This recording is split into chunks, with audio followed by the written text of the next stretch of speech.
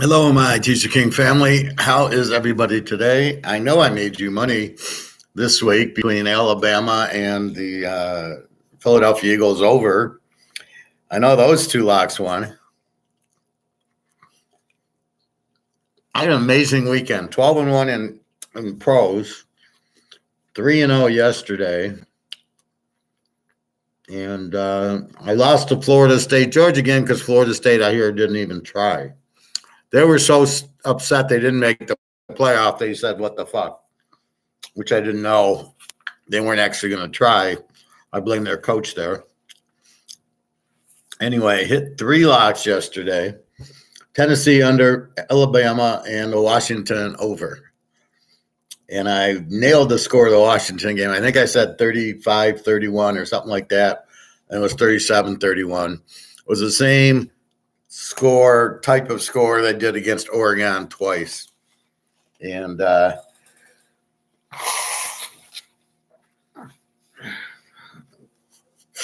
had the Oregon coach not fucked them by instead of kicking field goals, going for 4th down, and instead of punting, he goes for 4th and 1 at midfield, and then 2 plays later, Washington scores.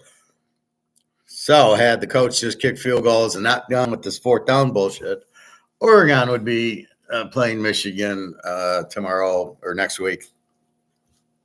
But here's Washington. So had the game nailed. Alabama's up 20-13.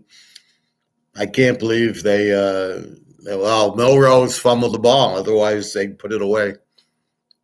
Milrose.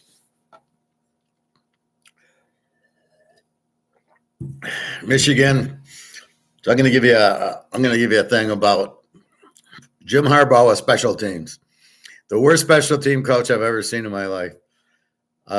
When the Giants beat New England and to get into the Super Bowl way back then, the Niners had them. The Niners were the best team in the NFC. They hold the Giants. They had this great defense. And what happens is the Giants punt. 4th and 10, they punt. The guy fumbles. The Giants recover, kick a field goal to tie the game. And then later in the game, same thing happens. They punt. The guy fumbles the punt for the Niners. Giants kick the field goal to win, and then they went on to beat New England. I don't know if it was the undefeated year or the other one. So with that said, what happened yesterday? The guy fumbles one punt, and then the other guy fumbles the other one almost for a safety, with the scores tied at 20.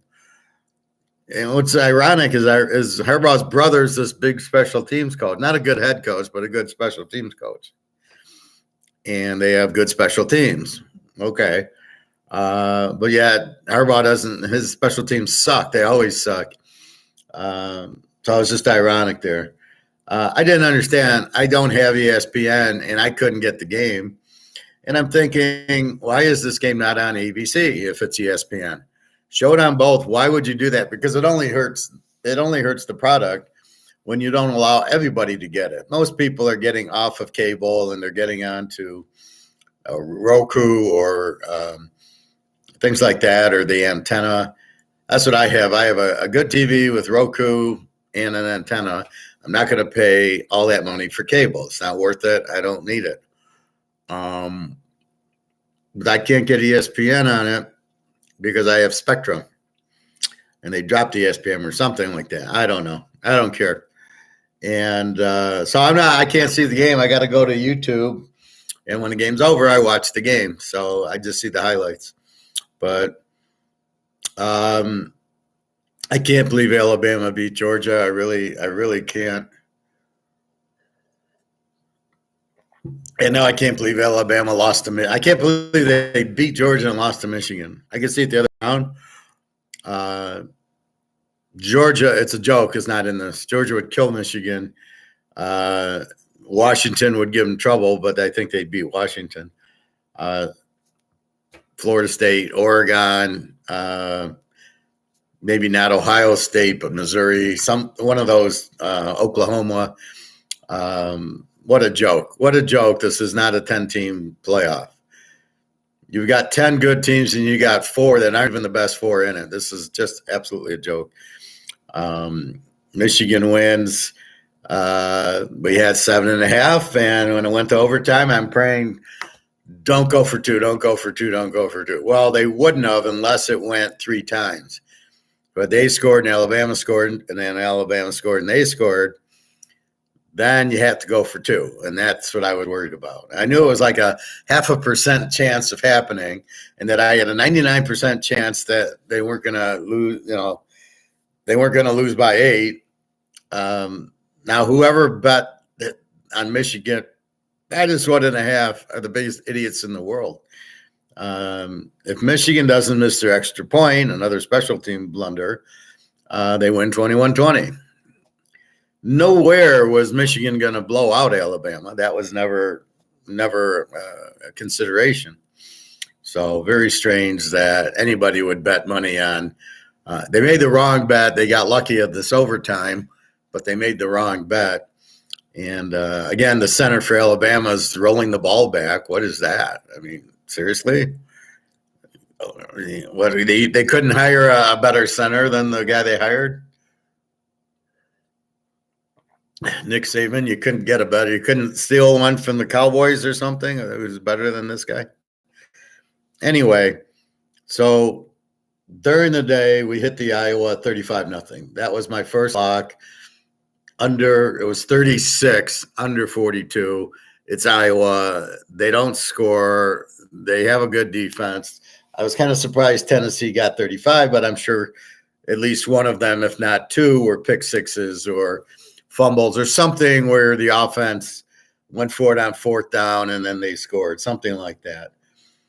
So that was lock number 1. I didn't play Wisconsin, LSU. In Oregon, I was afraid of this 42-7 score. I warned that that's what they did to Colorado State. So big offense in Liberty. But when Oregon wants to play, and did they want to play, we don't know. But they did. And I think the Tennessee, Iowa, the only play was under there. So that was easy. So lock 1, Tennessee under. Lock 2, Alabama, which I gave you for a month. I had them in 5 teasers, and I had them back 3-4 weeks. As soon as I saw it, I had Kansas City, Alabama, Baltimore, Alabama. So I'm going back 3 or 4 weeks. Okay, now that's a W. A couple of weeks, and then a week after, I got them in 2 teasers. I ended up having them in 5 teasers. I only actually had them in 1 this week, and it was with Washington over. So I get Alabama, 27-20. It's 2020. Okay. I go, it's got to go to overtime.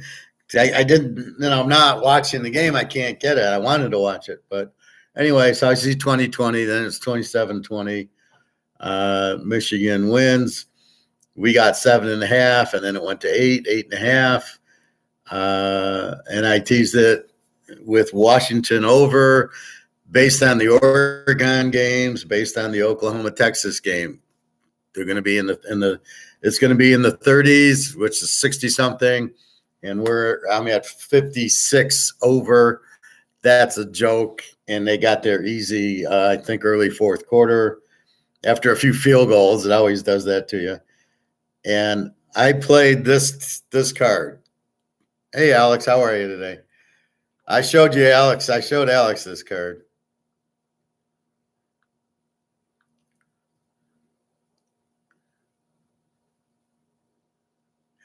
So if we look at the card, first plays Alabama. Well, I'll show it to you and then I'll read it. That's the card.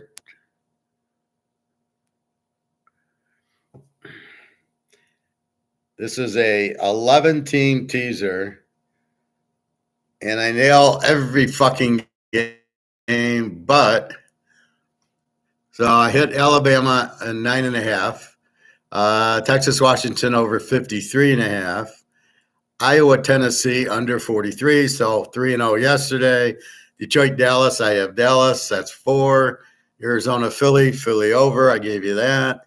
New England, Buffalo over 32. What the fuck was How do you make that line a 40? Cincinnati, Kansas City, under 53.5. Oakland, Indy, under 50. The Rams and the Giants. The Rams even, I don't know how I won that one. And Miami, Baltimore, and 4.5. Everything's a winner except San Francisco, Washington, over only 41.5. I couldn't fucking believe it. They win 27-10 to 37.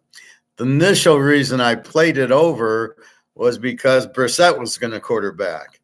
Then he's got a pulled hamstring, so he doesn't play. Well, Thurston the third was playing, and Frisco's trying to clinch. I thought they'd really score a lot. I would have just played the Niners. But I thought Brissett's going to play. They'll score a little bit. And the ironic thing is, 5 minutes left in the game, Frisco's at the 1 yard line. 3rd and 1 at the 1. 5 minutes left. They're trying to score. They don't. 4th and 1. They try to score. They don't get it. So 2 tries from the 1 yard line. All I need, they get that. This is $1,800. That's the payout. I couldn't fucking believe it. And I knew I was hot, and I could feel it. And I knew I was going to win everything this week. This was a very strong week. I told you, this is like my 11-team teaser that I hit with Florida State, whenever that was. Back in the office after 2 weeks off. Well, yeah, we got football on, so you can relax. So Michigan, I was surprised won, and it went to overtime.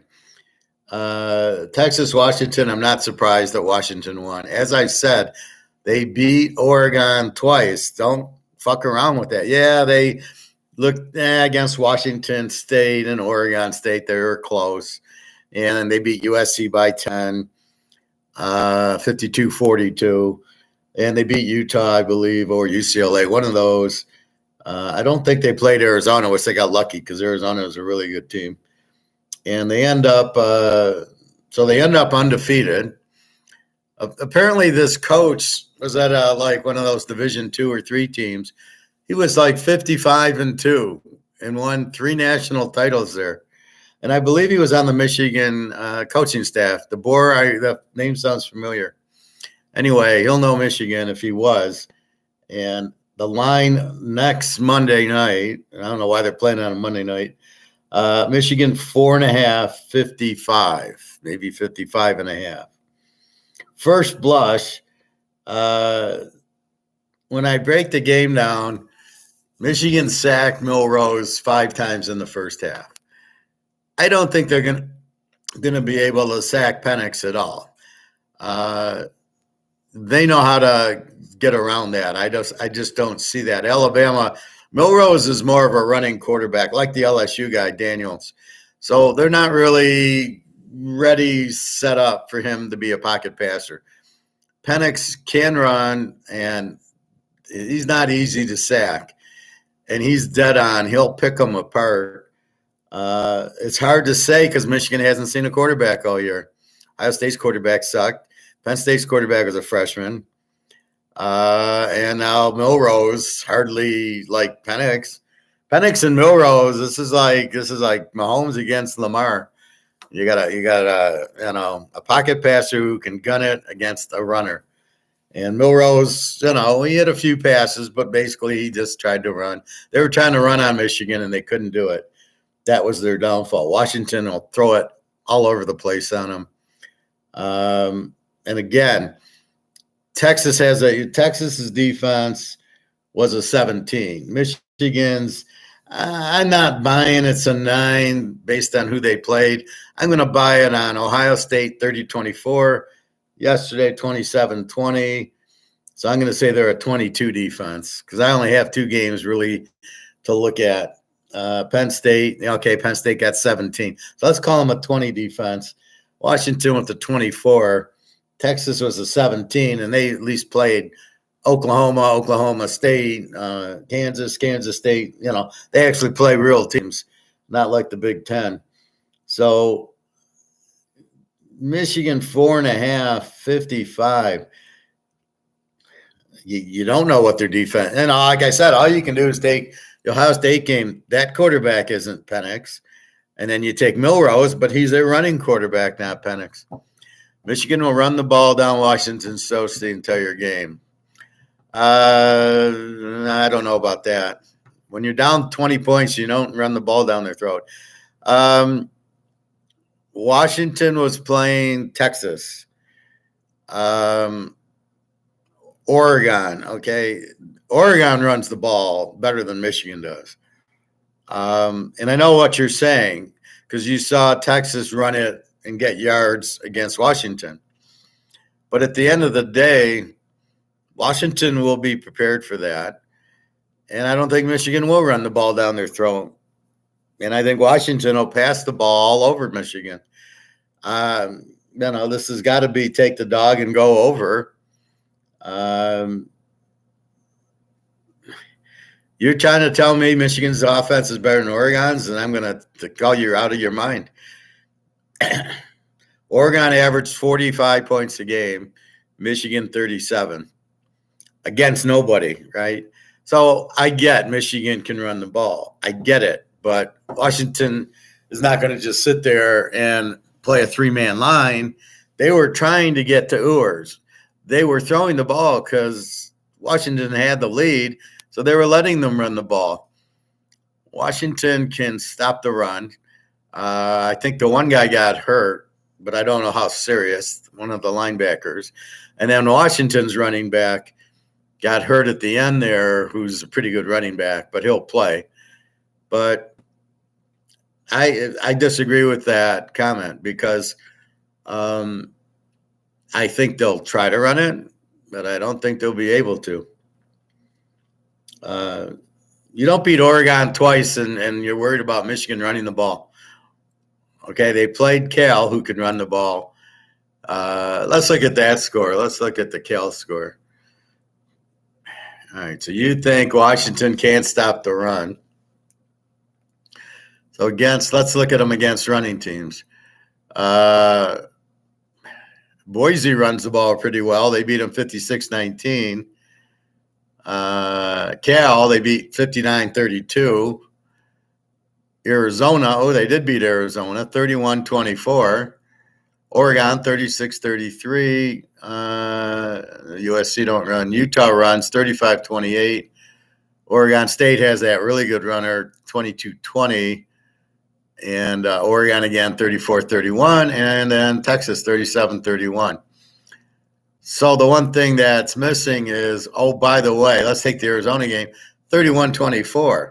I'm sure Arizona ran it, but you are not. The only team that stopped them was Arizona State, 15-7. I don't know what happened there, but you put up 34 on Oregon, and then you put up 36 on Oregon, and you put up 31 on Arizona. And Arizona had a killer defense. Texas has a killer defense. They put up 37. So Michigan will try to run it, but they're not going to stop Washington's Penix. They'll get into the 30s. This is an over bet, right? This is 55. I go 49. Yeah, this will be like a halftime over again. Because Michigan's defense you can't really count because they haven't played anybody. Now, as far as taking Washington and 10.5, I think it's the only way you can go. I don't know how you can take Michigan plus 1.5. I don't know how you can say Michigan's going to win, but I do think you can take Washington at 10.5 because, they beat Oregon twice. Oregon's better than Michigan. Hey, Greg and John, you think Washington will be? Yeah, I think it'll be great in the NFL. He should be the first or second pick, him and Bo Nix. Washington 30. I don't care, Alex.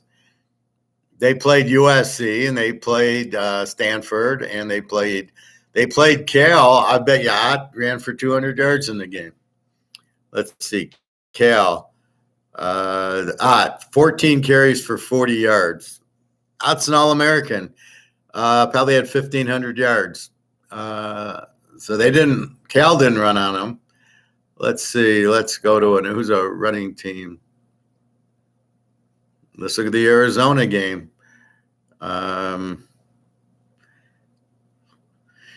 Fafita, 27-39, 232, 3 touchdowns, an interception, and no running. Oops. Oregon State, they got that really good runner, right? Martinez, 26 carries, 123 yards, and 2 touchdowns. That's what Michigan will give you. Oh, by the way, Washington won the game, 22-20. That was the game in the rain. Uglia Buglia, 15-31, 164, and 2 interceptions. Where's he transferring to? It's hysterical. Let's look at the last Oregon game. Bo Nix, 21-34, 239, 3 touches and a pick. Bo Nix, 6 rushes, 69 yards. Irving, 9 rushes, 20 yards. So that's a very misleading stat there. Oh, I'd look at Michigan, but, they didn't play anybody. So there's no comparison. When am I going to go to Ohio State's quarterbacks, not in Penix League? And the Texas quarterback we saw. All right, let's see what were the stats yesterday. Let's go into that.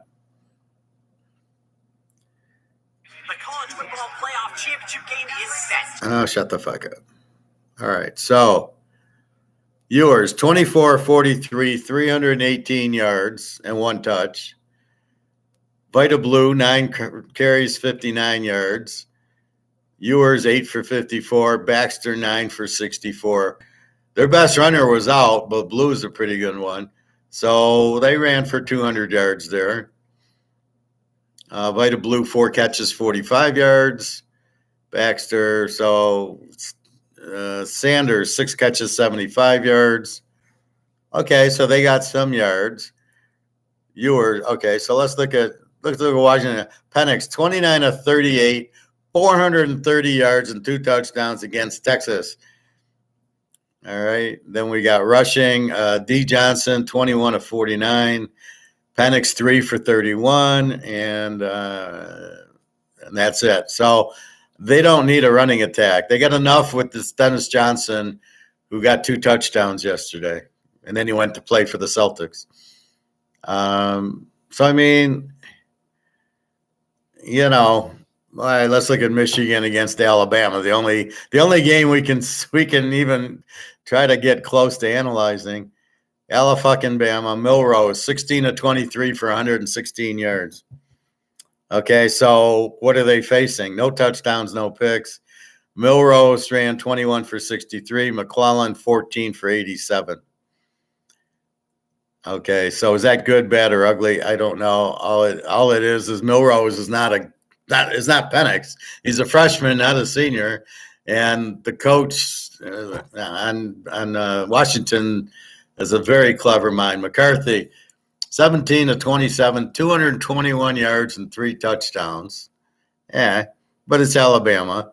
McCartney ran 3 times for 25 yards. Corum, 19 for 83 and a touch. And that's it. So do you think Alabama's defense is better than Washington's? Yes, we do, to a point. But do we think Washington's offense is a little bit better than Alabama's? Fuck yes. That's a hell yes, Stone Cold fans. There's no way Washington loses by 10.5 here. There's no fucking way. They might run the ball, but they're not going to beat them by 10. That's impossible. I like Washington in a teaser, but I think Michigan wins. Michigan will win, I think, in a close game. I haven't done the score yet, and a lot depends on that running back on Washington playing just for the touchdowns. But yes, very, very. I don't know. Michigan's got the better defense. I think. I'm not sure what I think. I mean, holding Oregon to 31 twice, and then yesterday holding Texas to 31. That's a pretty good defense. Michigan. Oh, wait, they didn't play anybody, so we can't analyze it. All we can do is look at the Ohio State game, 30-24. and I think that's pretty weak. Ohio State had no offense, and they got 24. I remember the Notre Dame game. We're waiting for 24 points. That's what I was expecting the Notre Dame game, 30-24. The over/under, we were locked over 47 or something. Unbelievable. But definitely. I don't know. I got to think of a score. It'll be in the 30s. It'll be a 60-point game. There's no question. It's an over all day long. But I don't know. I don't know how you beat Washington, to tell you the truth. You know, you beat Oregon twice. You beat Texas. You beat Utah. You beat USC, Oregon State, Washington State, and you beat Arizona. Michigan didn't play anywhere near that competition. So they will not be beat. If they get beat, it's going to be by a field goal. But Michigan couldn't even beat Alabama. I went to overtime, the 2020. All right. So I was listening to Herb Kirkstreet talk about the bowl games. And apparently I didn't realize this. Florida State didn't even try. They had 30 guys sit out, and they were like mad that they weren't in the playoffs. So they said, fuck you, we don't want to go to the bowls. Now, I heard that on Herb's show, so I don't know. I didn't really hear it, or I heard it in the locker room. But this is the problem with the bowls. Why does Florida State, why did they get screwed? And now, who should they have been there for? Well, certainly Texas. You should have had a Washington-Florida State game. They were undefeated. Michigan, and it certainly should have been Georgia, not Alabama. This Alabama team didn't show me anything. If Michigan plays Georgia, they lose by 3 touchdowns. I mean, you think they're going to run on Georgia? No chance. Brock Bowers would eat them alive. Georgia wins by 3. I don't. This is such a bullshit playoff system. It really just, is crying. So what are they going to do next year? You're going to still have bowl games when the players are sitting out because they don't give a shit? They don't want to get hurt? What is this? I don't want to get hurt. Then go join the tennis team. It's football. If you don't want to play football, then don't play it. What the fuck is this where I'm in the transfer portal because I'm not starting. I want to get ready for the NFL. Oh, yeah, okay. Jesus Christ. Go get ready for the NFL. Who's going to draft you? You don't want to play. All I know is I have a different outlook on Caleb right now. I would take Penix, Hartman, and Bo Nix way over Caleb. Caleb doesn't have heart. He's a crybaby. They lost. USC lost to UCLA. Cried. Fucking crying on the sidelines. Dude, football, what are you crying for? So I don't think he has any heart. And then to not play in the last game. And then Holy Moses comes in and throws 6 touchdowns against a really good Louisville defense who I'm sure tried. I don't think they sat down. But that's where the problem lies is who's trying and who isn't. Why aren't they trying? So I'm really kind of, I have no interest in the bowls. You're either going to make it like the NCAA basketball where you're going to have this 32-team tournament, and then you'll have 16 bowl games with the 32 teams, and the winners advance, or you stop having bowl games and you just have playoff games. And I don't know what, do you really need Eastern Michigan playing Northern Illinois in a bowl game? For who? Who do you need it for? So I think all that crap should go away. But at least the Eastern Michigan players play. They don't sit there, and it's not an exhibition. It's a game. It's not spring practice, and they try in spring practice. I believe I've been to the Michigan one. They actually are playing there. They're hitting and tackling. So I really don't understand this nonsense of not trying, not caring. I'd suspend the Florida State team because it's flat out fraud. I mean, so what do you're calling up your bookies and saying, okay, bet on Georgia. We're going to lay down. And we saw the Georgia line go from 18, 19 to 21 and a half. They weren't going to try. Well, so we did see the line move. My problem was I'm a little upset because I already committed and I already had an under, Notre Dame under with Georgia under. So I already had the bet. So what am I going to do? I probably should have stuck in a Georgia bet, but I didn't know that Florida State was not trying. And 30 guys sat out. Boy, that's just a mess. The coach needs to be fired. They got to do something about the players. He can't let that happen. He can't okay, let's not try. Bobby Bow. Happy New Year, Bobby Bow. Where the hell have you been? I'm looking for you New Year's Eve and New Year's Day, and I didn't get a Happy New Year. It was a bit depressing, but I'm glad to see you today.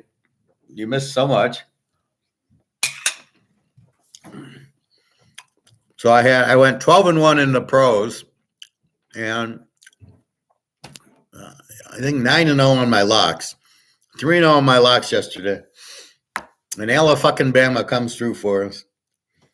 It really wasn't a close. They were winning 20 that they should have won the game. Really disappointed there. Anyway, so I don't know what they're going to do with the Bulls. I think it's ridiculous to look at LSU. Why didn't they play? Why didn't Daniels play? Well, you might get hurt. Well, then okay, let's first of all, you got people traveling to the games. You got people betting on the games. You got fans traveling. LSU and Wisconsin's fans are traveling to a farce. It's not a real game. They don't try. They don't care. Well, why would I go see that? Why would I go pay and travel to see spring practice, right? So I'm losing respect for Daniels. I've lost all respect for Caleb. Whoever he goes to, he's going to cry like a baby.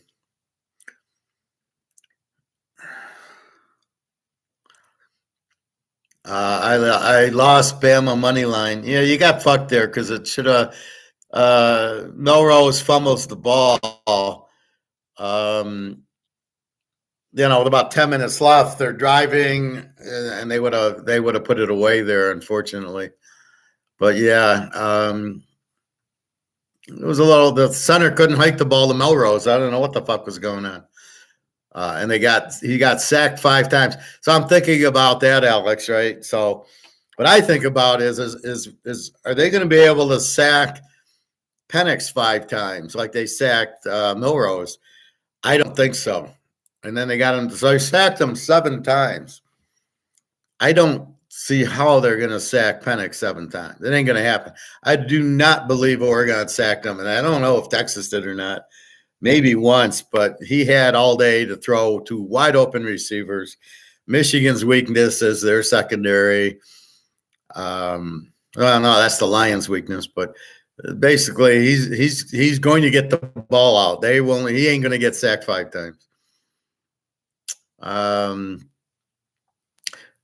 Next year's playoffs will fix 9 bowl games. The rest, who knows? It still goes down to the teams not in the playoffs. So you'd have 12 teams, right? So you got 12. You got 12 teams in. So team 13 is going to cry enough. You'll fuck that up, I'm sure. Why 12? Should be 16. Then you have 8, and then you have 4, and then you have 2 and 1.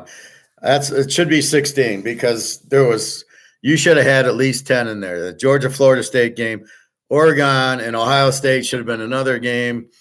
That's 8, and there was the Missouri could have played Oklahoma, and that would have been 10 strong. Any of them could have won. And again, I think Georgia would have beat Michigan by 3 touchdowns. That pisses me off. LSU in fun fashion, that quarterback was flinging it around. So was he a runner? Who was the quarterback? I didn't see the game. Was he a runner or just I think he was a thrower. He was their starting quarterback, I thought, last year. Alex, or 8 bowls, then the championship game. Texas never brought pressure because they couldn't cover, because Penix, without pressure, they couldn't cover him anyway. Michigan will not. Michigan will not get there. Washington has showed up in all their big games this year to think they're destined to win. Well, I think the biggest wins, they beat Oregon twice and Arizona, and now Texas. Those are huge wins. And believe me, do you not think Texas was going to bring? Did you not think Oregon, who has all these sacks, didn't bring pressure? This is what you got to focus on. They beat fucking Oregon twice. Georgia's the number 1 team. Oregon's number 2. That's it. Michigan's not in the top 5. And that's what you got to look at. So you're kind of looking at what Michigan did to Alabama and saying, oh, well, that's what they – look how they got to Milrose. Milrose is not a drop-back passer. Alabama's not a passing team this year. It's all Milrose running and a little bit of passing. So I don't see them. Maybe they sack Penix once or twice, but they have such a good coach, such a good offensive mind. Believe me, teams have tried to blitz them. Oregon State, Washington State. Washington State had 2 stud defensive ends. Oregon, and they really – I never saw Penix really in trouble. I don't know. I'll have to see how many times he got sacked, but we will see. But, yeah, Washington, they're undefeated, beat Oregon twice. They're not going to have a problem with Michigan. Happy New Year, Nick. Alabama got us some money, I see. Bobby, yes, sir. Happy New Year, Greg. I enjoyed vamping. Yeah, he vamped a little yesterday, but he was okay. It was New Year's Day. I didn't care. It was like, TK said I'm doing. He is. He didn't. I made a comment about something, and he said, "Yeah, they got a pretty good team, don't they?" Or something. I don't know. Greg and John being Greg and John.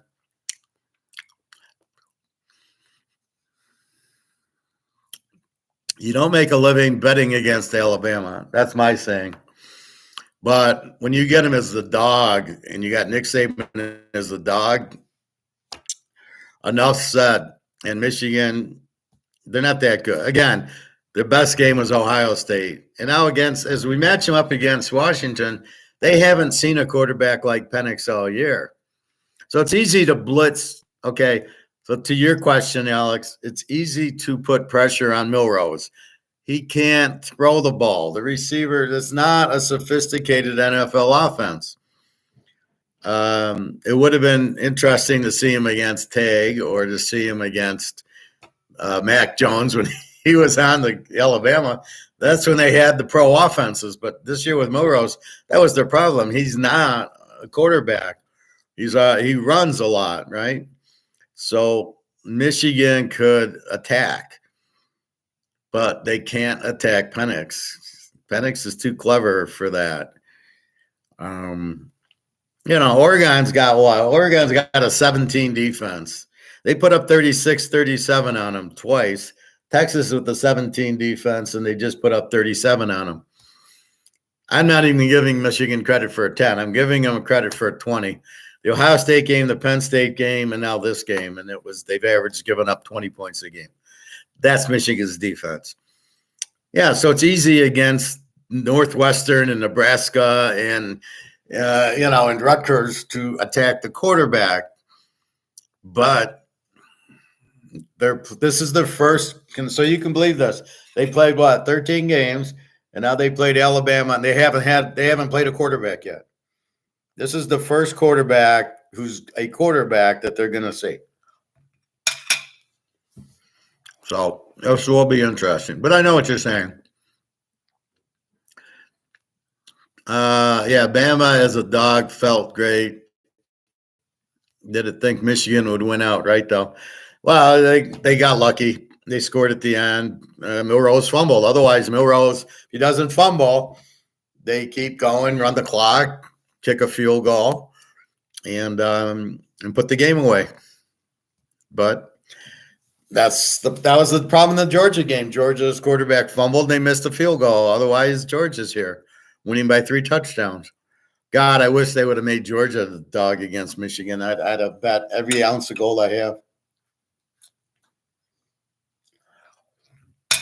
Georgia's got to be the most pissed because they are the best team, right? They don't won the NFC South and the AFC South and the NFC North. They were there. They had their teeth out against Florida State, though. They came to play and say, look, you fucked us. So, it'll be better with 12 teams, but it should be 16 because you're going to leave out a Notre Dame. You're going to leave out the Mountain West guys, Boise or, there's always Fresno State. There's always some good team that gets fucked. And there's always 2 or 3 in each league. Next year, who the fuck knows? You won't have a Pac-10, and you're going to have all these teams joining the Big Ten. So what are you going to do? You got Oklahoma and Texas with Alabama and Georgia. You got Michigan, Ohio State, Oregon, and Washington, and USC and UCLA. I mean, you're going to send 4 or 5 of those teams to the playoffs. It's so confusing. I don't know how you can even figure out the playoffs. Where how many divisions you're gonna have in the Big Ten? The Pac-4, the Nebraska division, and the Michigan, Ohio State division. I mean, good luck. Are you seriously gonna have 2 divisions in the Big Ten with USC, UCLA, Oregon, Washington? It's gonna be a bloodbath there. And then, here's Michigan, Ohio State. Good luck with that.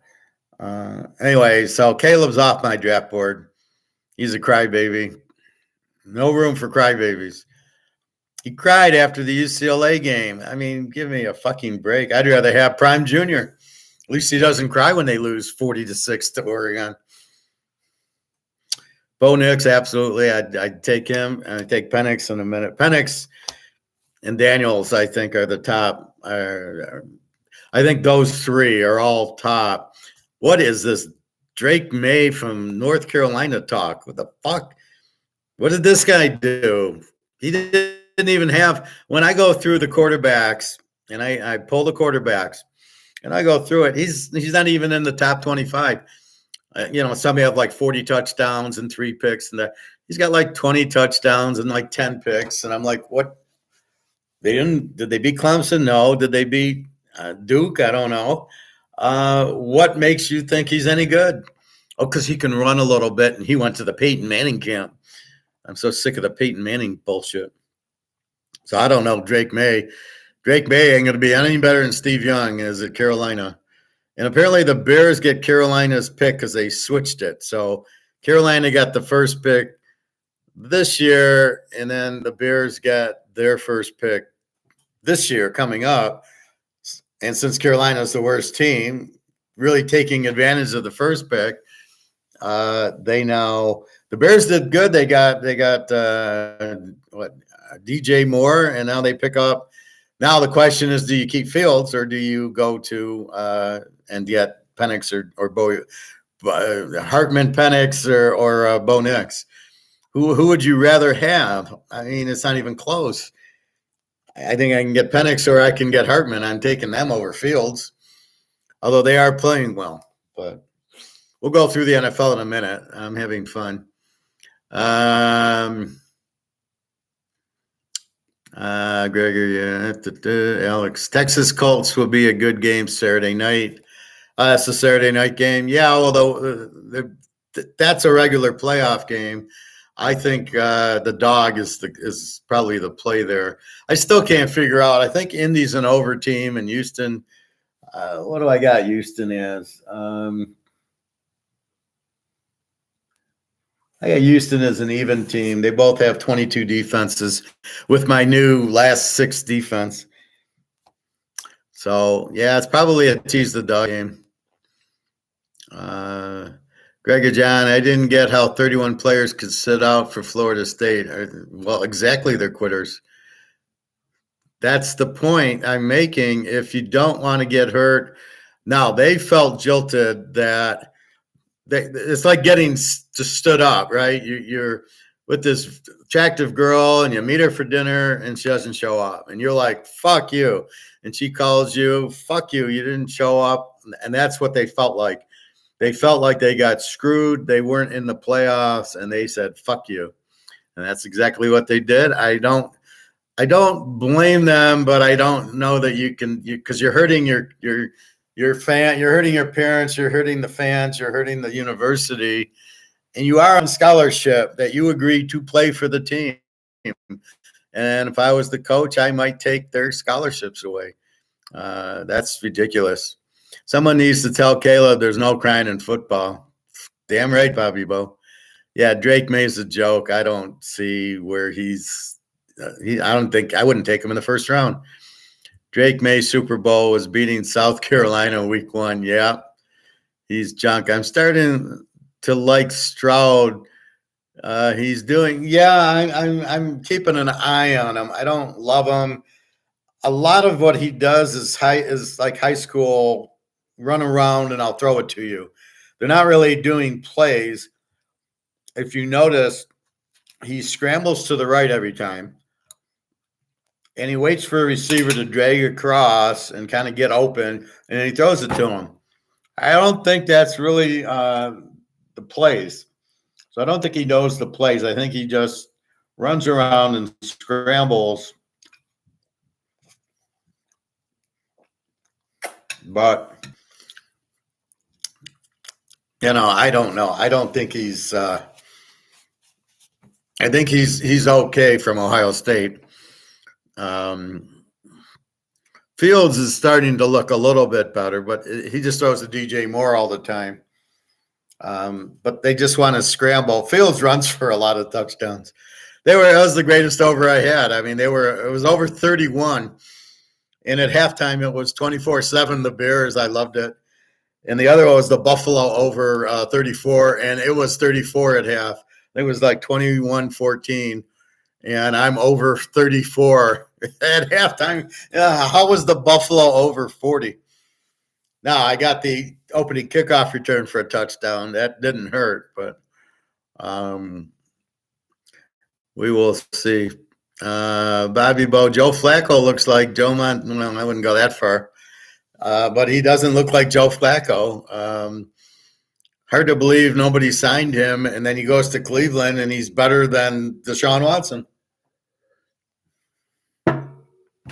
All right, so anyway, so in the Bulls, I like Washington as a dog. They ain't losing to anybody by 10.5. Michigan's got a good team. Their weakness is their coach, Harbaugh, and their special teams. How many fumbled punts are they going to have and missed extra points? It's too bad they didn't get a safety on that punt that the guy botched. Why is he feeling the ball at the 5, and then he goes and he gets it at the half-yard line? I was praying that would have been it. It would have been 22-20, and we would have packed it in. Bobby would have won. All right. To the NFL. All right. First, we got to go through who the fuck needs what the fuck they need. So, playoff scenarios from The Athletic. Give me the green pen. All right, so Baltimore's in. Kansas City won the West. They're in. Cleveland's in on the 5 seed. So it's not like they win, they go anywhere. Miami's in, but are they the 6 seed or are they the champ? Buffalo must win because if they lose, they're out. More than likely, Pitt win. Well, I don't know what's going to happen in the Pitt-Baltimore game. But Buffalo is going to have to win anyway. Now, it's a game Miami normally chokes. It's a big game. It's against a playoff team. Tagliabue doesn't show up. He'll throw 3 or 4 picks like he did last week. Baltimore just annihilated him. I loved it.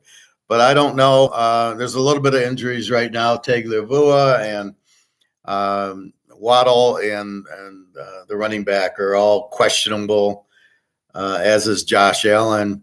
I'm sure Josh Allen will play. I don't like Buffalo's a 3-point favorite, though. Over under a 50. I love the over if my guys are playing.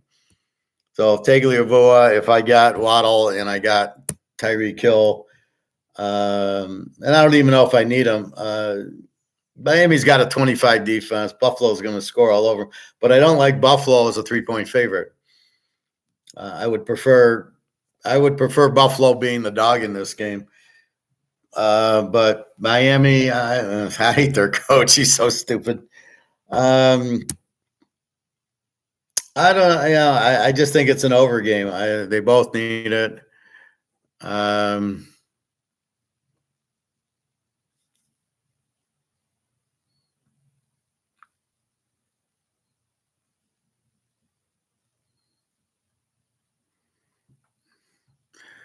All right. And Buffalo's in a must win where Miami knows they're in, but they really want to win the division.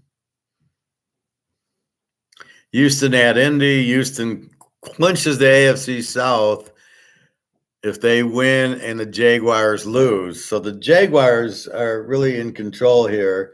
I think they have a game where I think they're all 9-7. So to get to the Indy Houston, I would say the winners in, the losers out. And I would say Jacksonville needs it. Houston, Texas win and Jaguar loss. Houston clinches playoff berth with Houston win. So Houston has to win. They're a 1.5 dog. We'll go through the line. Indy also at 9-7, and they're all 9-7. Indy, Colts win plus Jaguars are to win the South. They have to win and the Jags have to lose. To clinch the playoff, they have to win. So the winner is in the playoffs.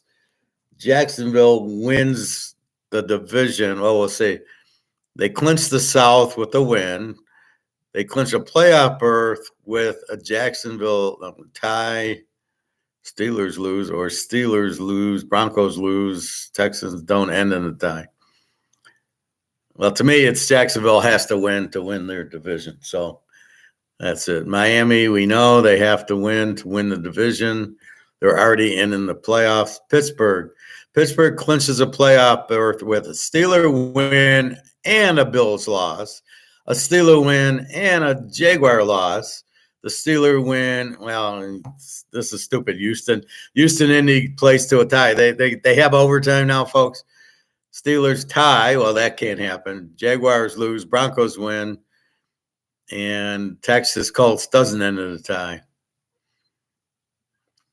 Whatever. Basically, the Steelers have to win. And the Bills have to. So if the Bills win on Saturday, or no, that's Sunday night.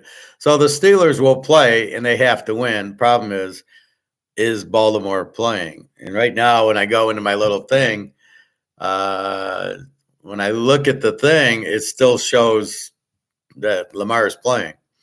And the way they're playing, I would not sit anybody if I'm the coach. If I'm Baltimore's coach, the only guy I'm sitting out is somebody who's injured, who's questionable. Okay, let's get him ready. I am not sitting out my whole team. We are on a roll. We just killed the Niners. We just killed Miami. Really, I want to sit my players this week, and they're off next week, and then so they don't play for 3 weeks. And I can watch them lose the first game of the playoffs because they're out of sync. Really? I thought Tony Dungy taught us with Peyton Manning, you don't do that. Every time you did it, Indy lost the first week, either to New England or the Steeler game with the bus when they beat Indy off a couple game bye. Really stupid. Lamar has a word throwing. He's not throwing. He's pushing the ball. Who would think with Watson and Chubb going down early, Flacco and the Browns would be going this good? Yeah, it's a real, and I don't even know if they're any good. I barely watch them. They're just not on TV a lot here. So I still haven't digested a game. to really find their strengths and weaknesses. Jackson, yeah. Can't believe there's still ties. Well, there isn't. And I really hate college football's playoff overtime. What the fuck? You're gonna give them the ball at the 25, they score, the other team scores. Oh, we got to be fair and let the other team do it, and then they do it and they do it, and you end up with 100 points and 52 overtimes. Have a regular sudden death overtime. Kick the fucking ball off, drive down the field, and if you kick a field goal to win, you win the game. What is this? Get the ball at the 25. What is a retarded way to finish the game? God, I hate football now. They made so many stupid changes in the stupid kickoffs at the 25. What the fuck is that? Oh, he called for a fair catch. Somebody did that on Sunday. He steps out of bounds, but he called a fair catch so they get the ball at the 25. What is the fair catch on the kickoff? What is that? Guys, pack it up. Let's go play tennis, fellas. And then I guess, and then I saw a Pro Bowl commercial. They're going to play flag football in the Pro Bowl. What? That'd be like you playing softball in the Major League Baseball All-Star game, Bobby. We're going to play slow pitch softball. Bob Gibson's going to throw the ball underhand. Oh, my God. That's just ridiculous. All right. Pittsburgh must win. The NFC, the Niners are in as the 1 seed. Detroit has clinched their division. Dallas is the 2 seed with a win. The Rams have clinched. Philly's in, but we're not sure if they're going to win the division. And I believe they get the 2 seed, and that's it. So Atlanta, obviously they have to win, and the Bucs lose to win their division. Are they not able to get a wild card? It looks like they can't. Yeah, because they're 7-9. So Atlanta can only clinch the South with the win and Tampa losing to Carolina. It ain't going to happen. Dallas clinches the NFC East title with a win, or if the Eagles lose and they end up tied with them, then the Lions would be the 2 seed. So the Lions are going to play. So Dallas has to win. Philly has to win. Detroit has to win, and then so does Minnesota.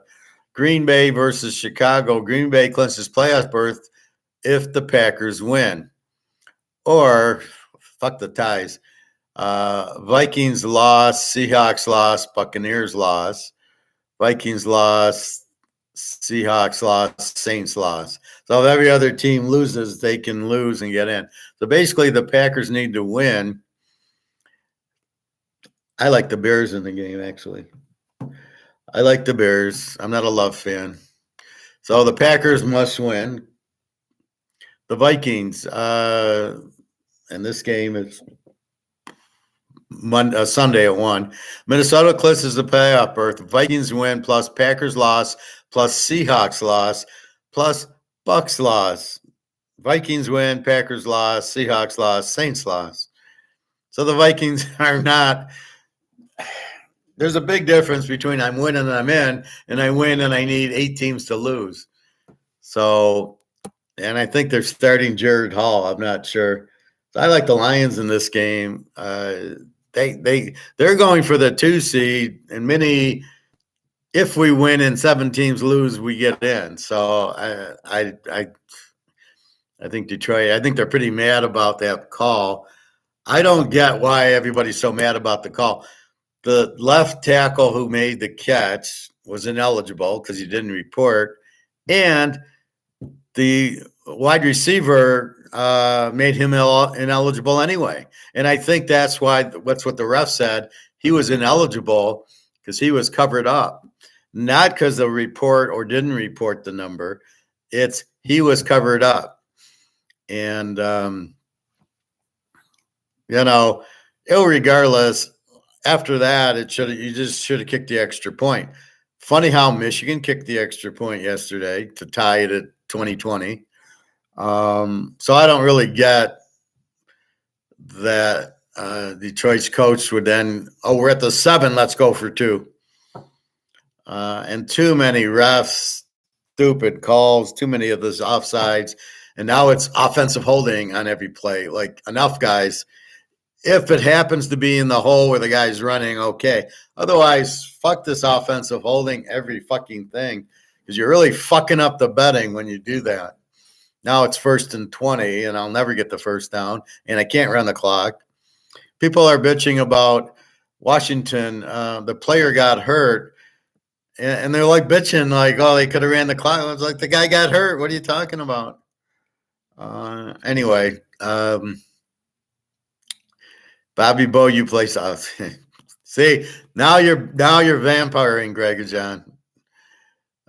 7 other teams need to lose. Oh, that's hilarious as it is unlikely. Greg, fiery rarely with groups of family or friends, but it's been a long time. But again, Bobby, he's vamping, because what the hell does that have to do with football?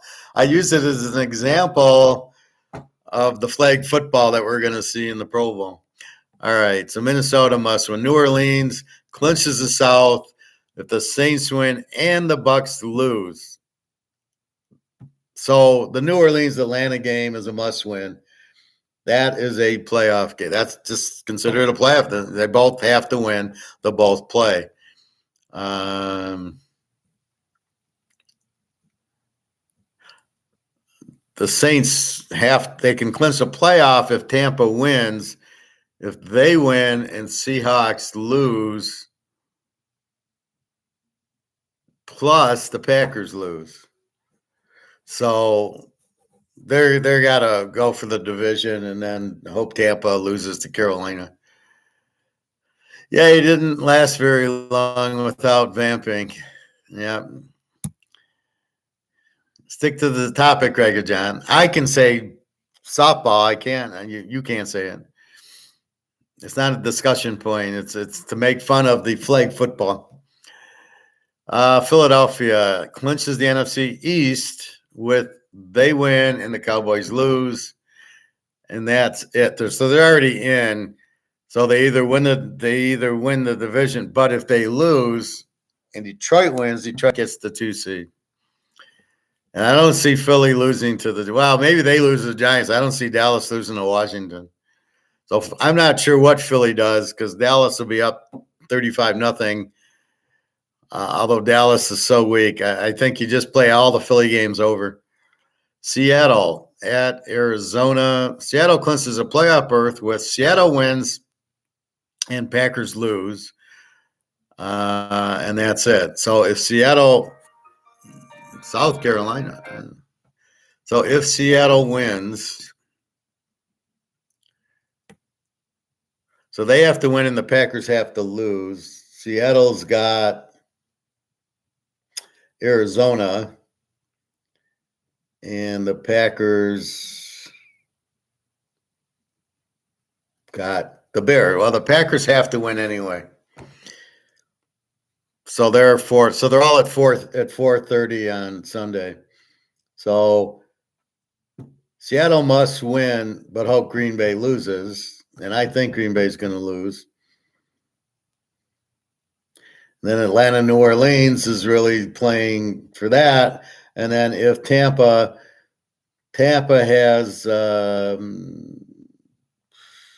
has Carolina again with Steve Young. Tampa wins, they win the division. Oh, here's Tampa. Tampa Bay clinches the South or the division title. All they have to do is win. Tampa clinches a playoff, or if they tie. If they tie and Seattle loses and they tie, oh my God. So that is your playoff scenario. So to refresh, it looks like Detroit has to win to hope for the 2 seed. They're on at 1 o'clock. So Philly, Dallas is 4 o'clock. Green Bay has to win. Jacksonville wins the division. Houston, Indy. It's a playoff game. I think they go for some crazy wild card.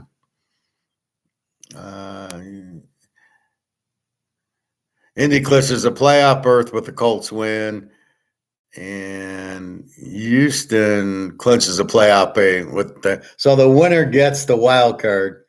So they both will play. Oh, this is a Saturday. Denver and Oakland is out. Buffalo, Miami. Buffalo could be out, so they need it. Miami's clinched. This is for the East title and I think the 2 seed. New England, the Jets, nobody cares. Atlanta, New Orleans, they've got to win to get in. Philly and the Giants. Philly only cares if Dallas loses. And if Dallas wins, they're out. They're a wild card team. Seattle, Arizona. Seattle needs it. San Diego, Kansas City. Kansas City's got the 3 seed because Buffalo, Miami winner will get the 2. So they don't care. They literally, I'm not sure what they're doing. If Mahomes is playing, I would play my players. I might rest them in the 4th quarter, but I don't know why you need to rest them. So let's take that logic. So I think the whole San Diego team should not play because they might get hurt. We wouldn't want anybody on San Diego to get hurt. So I think I would rest my whole. If I'm the San Diego coach, I'm not playing. I'm going to forfeit the game because I don't want to get anybody hurt. That's where we're headed to, right? We forfeit because we don't want to get anybody hurt. Oh, my God. Dress them in skirts and dresses. Jesus Christ. The Rams and the Niners. The Niners clinched the 1 seed. From what I can see, McCaffrey's out. He's a little injured. The Rams don't really need the game. This is an interest. I got to read up on the Rams. Rams clinched the playoff berth. So they really don't need the game.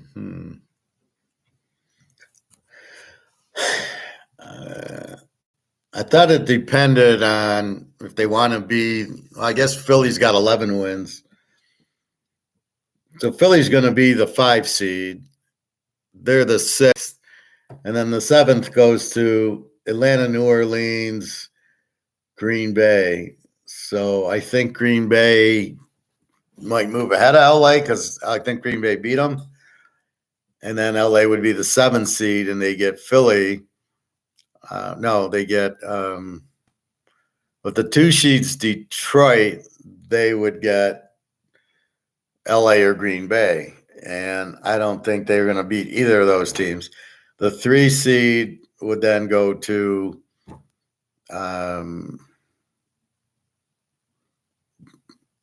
well, if Dallas wins, Dallas is the 2, and they would play the 7. They would play the Rams or Green Bay, and then Detroit gets the other Rams or Green Bay, and then Tampa Bay, if they win, get whoever the wild card is, the best wild card. Interesting. So I guess it would be, does LA want to play Dallas or do they want to play Detroit?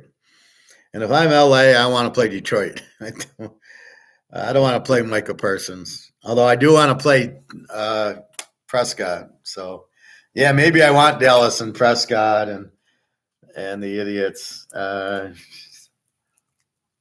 really, when I watched the highlights of that Detroit game, I mean, CeeDee Lamb fumbled through the end zone, and that would have been another touchdown, and nobody would be talking about this bullshit.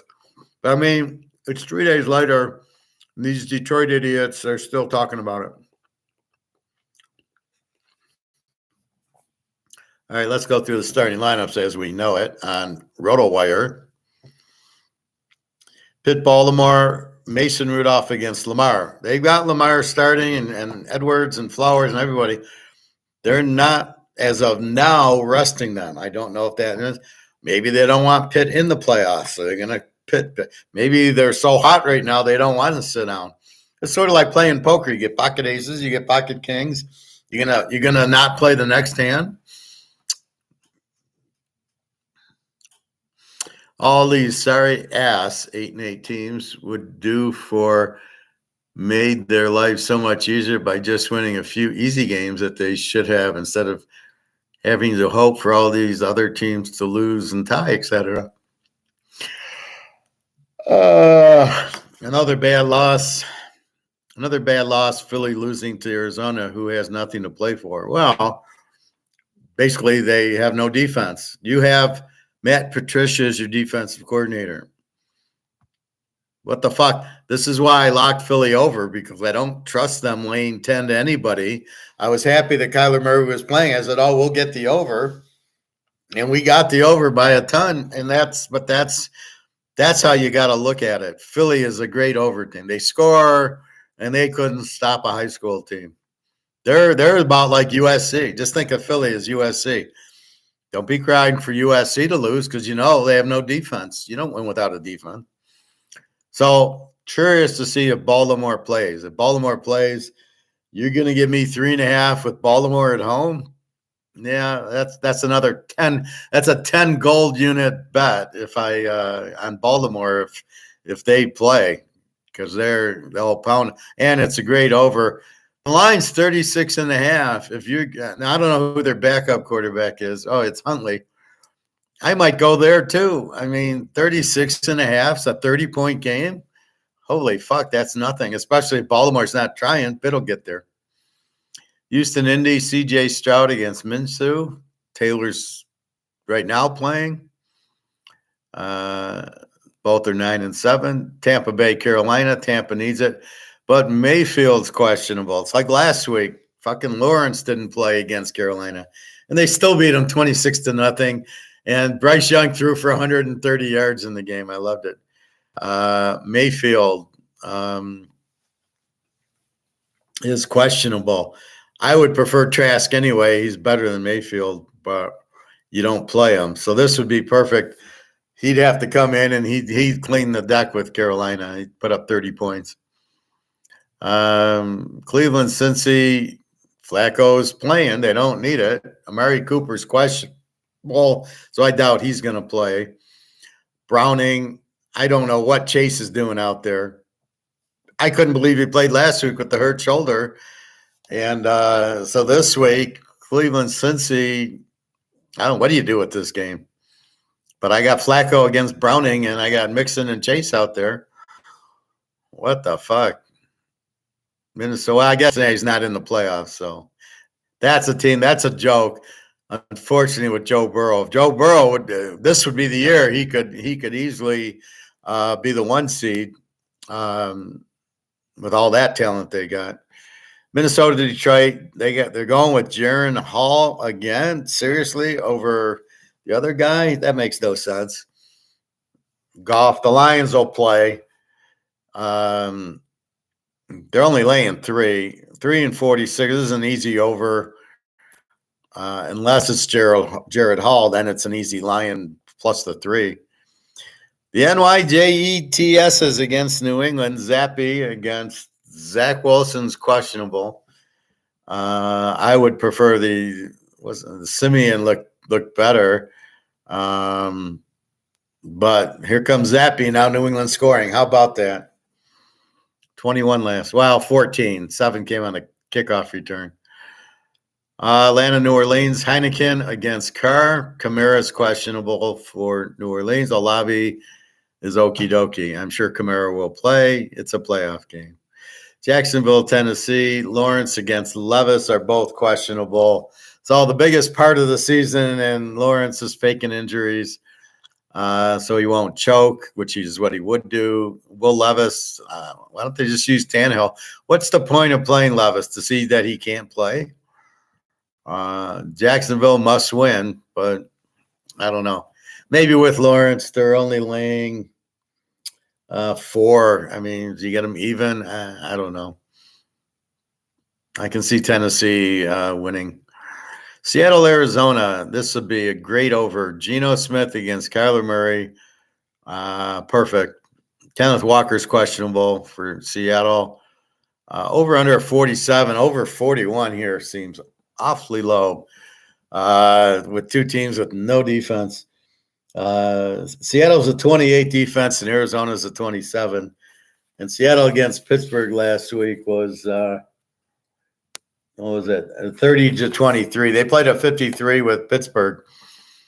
Kyler Murray, they're going to score. I heard Arizona's tanking, but didn't look like a team tanking when they beat Philadelphia coming from behind. The Bears and the Packers, I promise you the Bears win this game. Fields against Love. There's no way Love's better than Fields. I still don't like Fields, but Love's not better than him. Gregor John, I like the Rams in the playoffs as a sleeper team. Bobby, I agree, professors. I honestly think that the Lions are going to choke and get sent home in the first. Yeah. Well, if they're either going to get Green Bay or they're going to get the Rams. They will not beat the Rams. Aaron Donald will eat them for lunch. And the way that Ram offense is, they don't have a chance because Stafford's got Pukanuka and Cooper Kupp. And that running back looks awesome. And then the defense with Aaron Donald, very strong.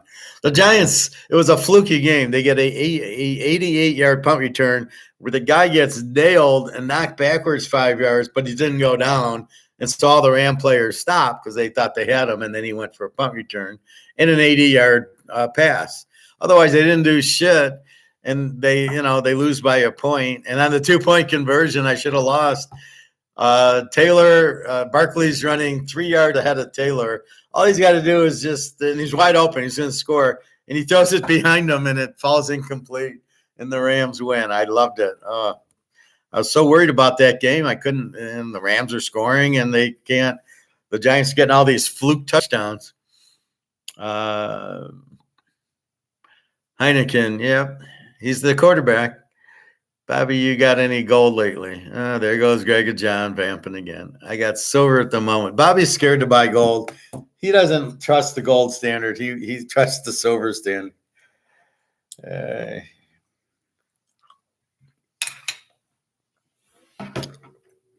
We'll get into that when we do our economics. So Fields, DJ Moore is playing. Love, Aaron Jones is playing. This Watson guy's got a hamstring. He keeps that. The over-under on this game is 44. Shh. This is a fucking joke. This will be over at halftime. I'm making this our free play. Well, wait. 9-mile-an-hour winds. Okay. This is our free play. The over 44.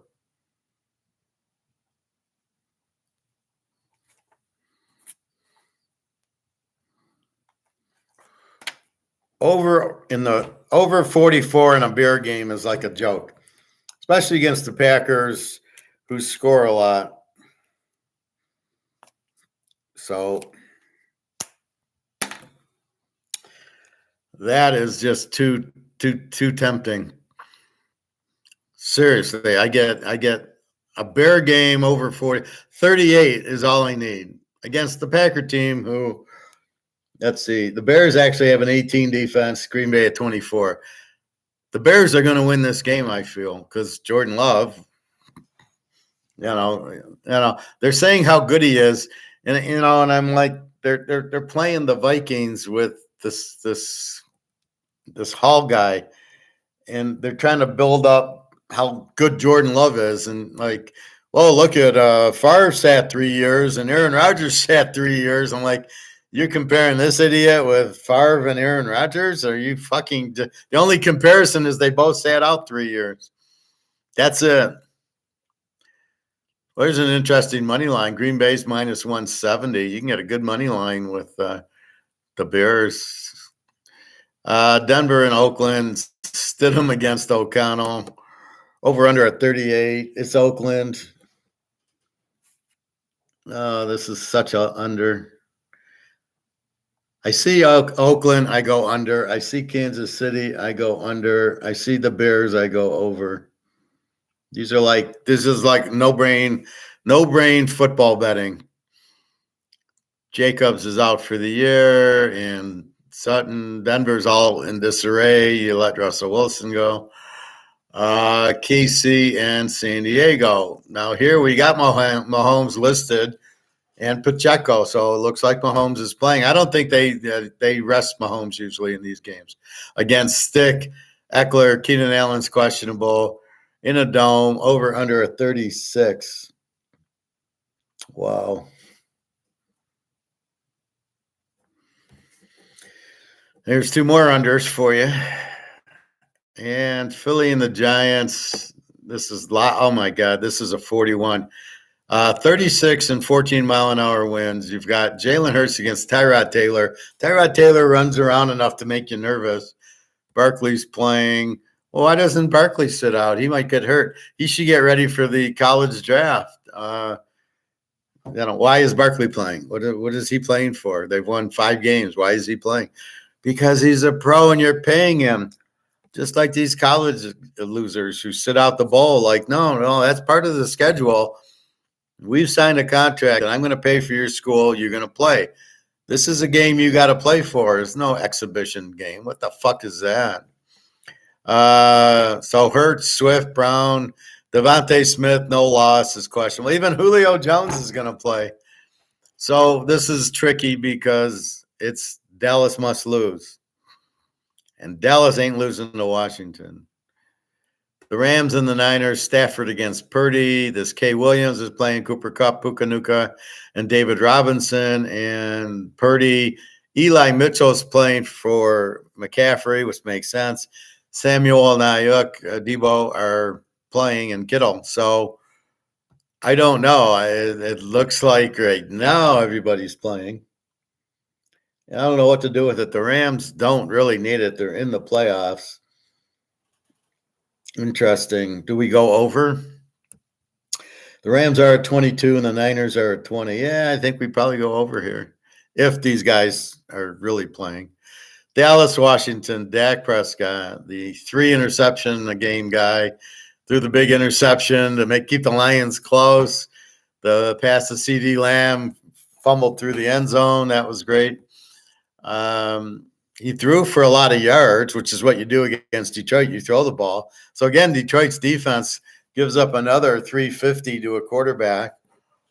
But if they get Hall, they don't have to worry about it. That's why I'm surprised Nick Mullins isn't the quarterback, at least for now. So Prescott, Pollard. I hate Pollard. Does anybody like Pollard? He's a terrible running back. CD Lamb looks good. And then they don't have a receiver. Cook's okay. Gallup, who's Ferguson, the tight end? What the fuck? I mean, that's a terrible – this is their problem. Prescott's not good, and then Pollard's not good.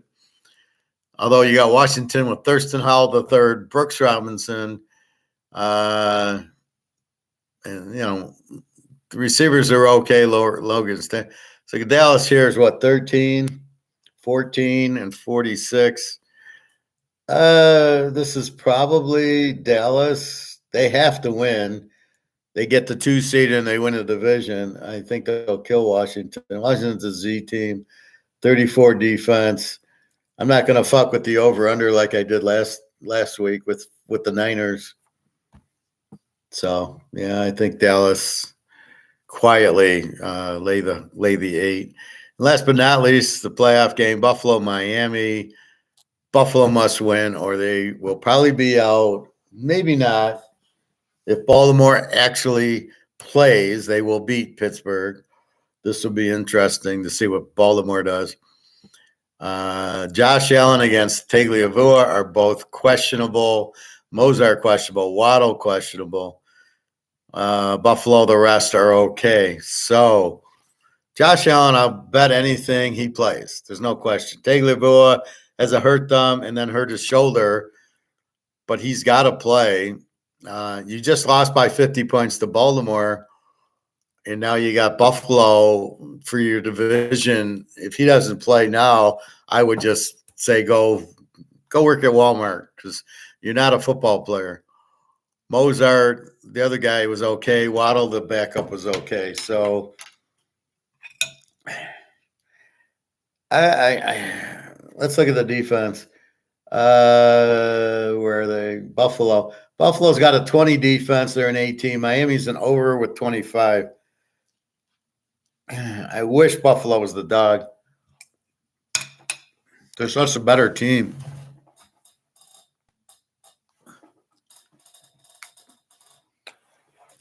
Leaving the avocado on the floor. They're such a better team.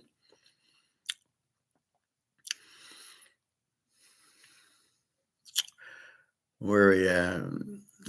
Favre was the man. He threw a lot of picks, too. Very good, John. Favre was good at 8 throwing interceptions. Bobby, it's a shame how Russell Wilson trade went to complete shit. They want him to renegotiate the contract. He told them to fuck off, which I would have done too. We have a contract. Okay, how does it benefit me? And then you're going to bench me because I won't renegotiate? Okay, bench me. I get paid for sitting on the bench. Okay. How does that help the team? I don't get Sean Payton. What is that? It doesn't sound like him. He's usually a good players coach.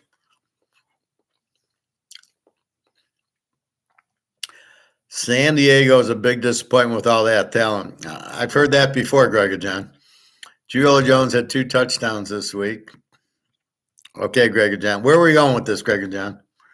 Yeah, especially with Caleb and those guys making a lot of no money. Back in the days, guys played in the bowl games and didn't make a penny.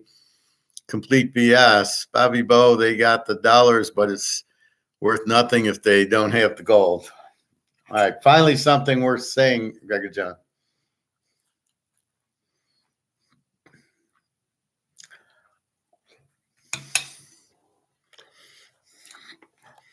Well, that's what they're in for, the rude awakening. I think it was Rick Rude's move. I mean, I was watching something that disturbed me on YouTube yesterday, and it was like somebody, well, we're all. It's very misleading because they're saying, oh, the elites want the population down.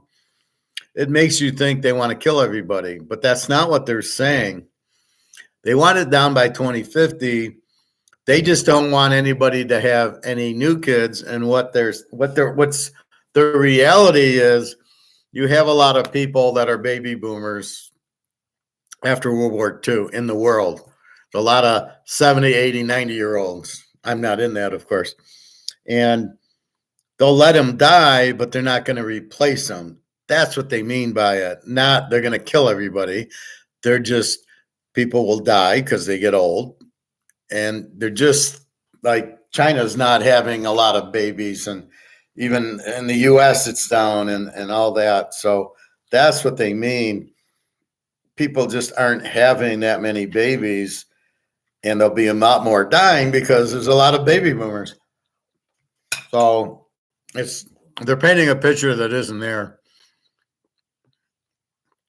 They still don't understand about inflation, or the fact that you need to get out of paper and into gold. They're not really mentioning that, or paper gold and physical gold. They still don't quite get that. But now we're waiting. I've told Daria to let us know when, if Putin says something about gold-backed currency or something, BRICS, to let me know, because I don't know that we'll hear that.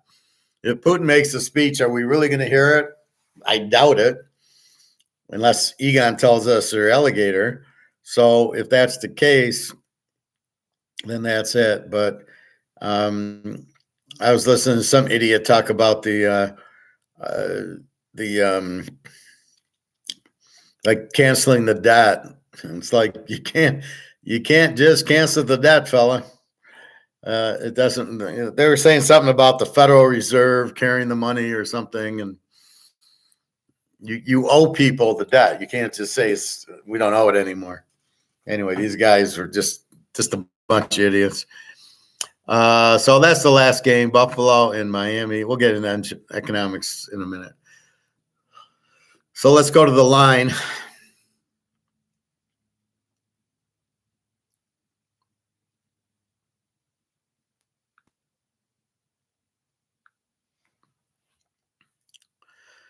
So we start off with Pitt 3.5, 36.5 to Baltimore. Pitt's an E team. Baltimore's the A team. Pitt's defense 18. They gave up to Seattle 30-23. If Lamar plays, this is a lock Baltimore and a lock over. If he doesn't play, it's probably still a lock Baltimore and a lot. I'm very curious to think Baltimore's just going to lay down and rest. because they got the bye. That's the last thing you want to do is rest this week and rest next week, and then okay, hit the switch in 3 weeks. You see it in baseball when a team, the Tigers swept the Yankees when they went to the World Series, and then they had to sit for like 2 weeks, and then they get in the World Series and they just sucked because their timing was all off. So it's not a good thing to rest from a playing performance standpoint. All right. Houston is now favored 1.5, 47.5. Wow. I got to like Indy as the home dog there. I liked Houston as the dog, but this is a dog game. New Orleans 342.5 to Atlanta. Yeah, that makes sense. It's at Atlanta. This is a game you might look to go over with or over under versus you either take Atlanta in the 9. It's hard to take New Orleans +3 here. I mean, either this is a close game, you take the dog, or you think New Orleans is just better than them because of Heineken, and you just play the over. It's they're both 21 defenses, over under a 42, so this should be an over. You know, it's a playoff game, so they take more chances. Cincinnati 639.5 against Cleveland. I don't know what you possibly do with this game. Does Cincinnati want it more than Cleveland? Does Cleveland just want to rest? Why are you resting your players? You're Cleveland. You're not a very good team. I don't get it. New England 2.5, 30.5 to the JETSs. I don't know who the quarterback is. Is it Simeon against Zappi, or is it Wilson?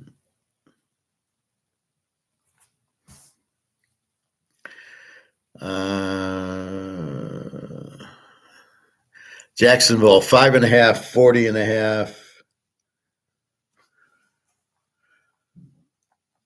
to Tennessee.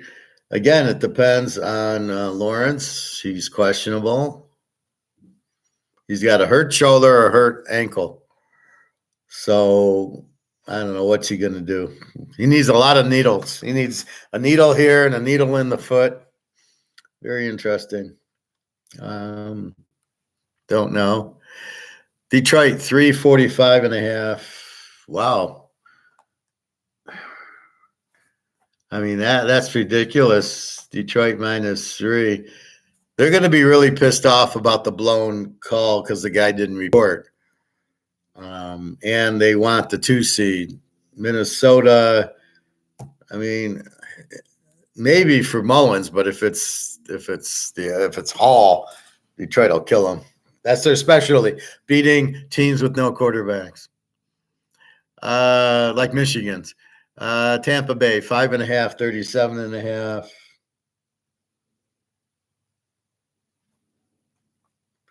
Against Carolina, Mayfield against Young. Mayfield's questionable. They'll kill him. Tampa. There's one thing we know. Carolina is now 16-0 against in a teaser. So every week, if you would have bet whoever Carolina's playing, you would have won every bet, including last week with Trevor Lawrence not playing. They still won 26-0. Basically, Young's terrible. I don't see Tampa losing. What did Tampa do last week? I think they won.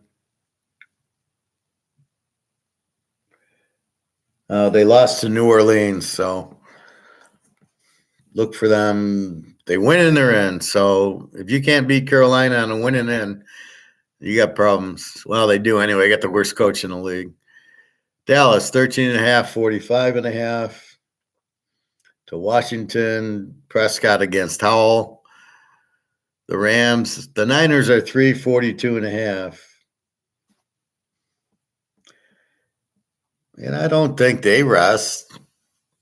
They're the 1 seed. I think what you do is you play your players the first half and then maybe you get like Sam Darnold gets the fourth quarter or something. I mean, that I could understand, but not the rest, the whole game. And maybe Baltimore does that with Pittsburgh. Maybe Lamar plays the first half, which then it would make sense, and go put up 40 points and then rest. So we will see. Philly 5.5, 41.5. I don't know what they do here. Do they try? But Dallas is 14-point favorites over Washington. Forget the point spread. Washington's terrible. They're a Z team. Dallas should win. Although after 2 losses, they got the Lions and they barely won. But now I think here's where I think they blow out Washington. They need the game. They're not playing well. It's a Z team. I think Washington. I think Dallas. But I don't like Dak and I don't like Pollard. I think that was a big mistake to go to Pollard instead of Ezekiel Elliott. I didn't understand that. Green Bay 3-44 to the Bears. I like the Bears here. Your free plays go over 38 here. Just because the Bears score a lot, and so does Green Bay now. This is 38. That's easy over. Seattle 347.5. Seattle in a must-win game to Arizona and Kyler Murray and another over game, I believe.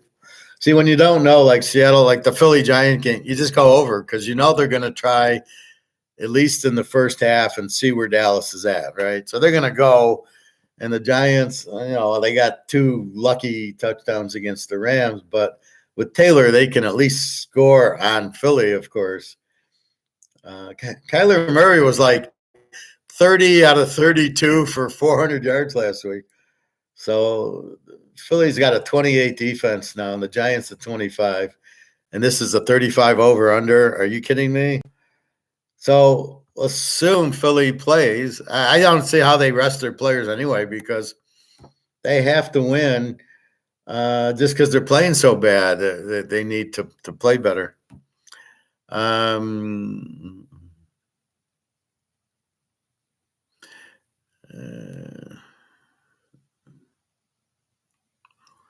Oakland, 2.5, 37.5. There's only one way to go there, and that's under. San Diego, 335.5. I assume Mahomes isn't playing. It's still an underplay. This is a great underplay because their defense is really good. And Buffalo, Miami, we've got Buffalo 349.5. We just got to wait for the injuries. If we do get the right team,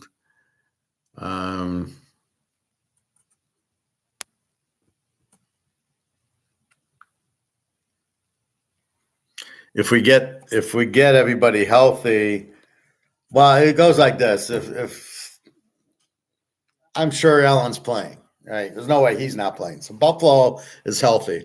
Miami's got Tagliabue and Mozart and Waddle questionable.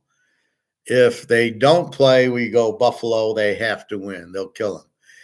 If they do play, we go over because there's going to be 1,000 points. Tagliabue, I think, plays. I don't think you rest him so you can be the 6th-seeded wildcard team. Waddle they didn't use last week. I can see him taking the week off. Mozart didn't play. If he can play, they'll play him. But their running back wasn't too bad. As long as Tyreek Hill played, and he's fine, I think you go with KC. So it's either an over or it's a Buffalo. Never a Miami.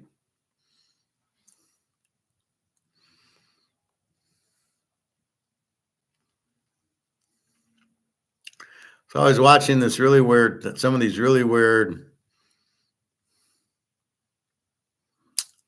I see a lot of hyperinflation here. How to survive hyperinflation. And then there's lessons from Germany on hyperinflation. And then there's another Dave Smith on hyperinflation. So let's talk about hyperinflation.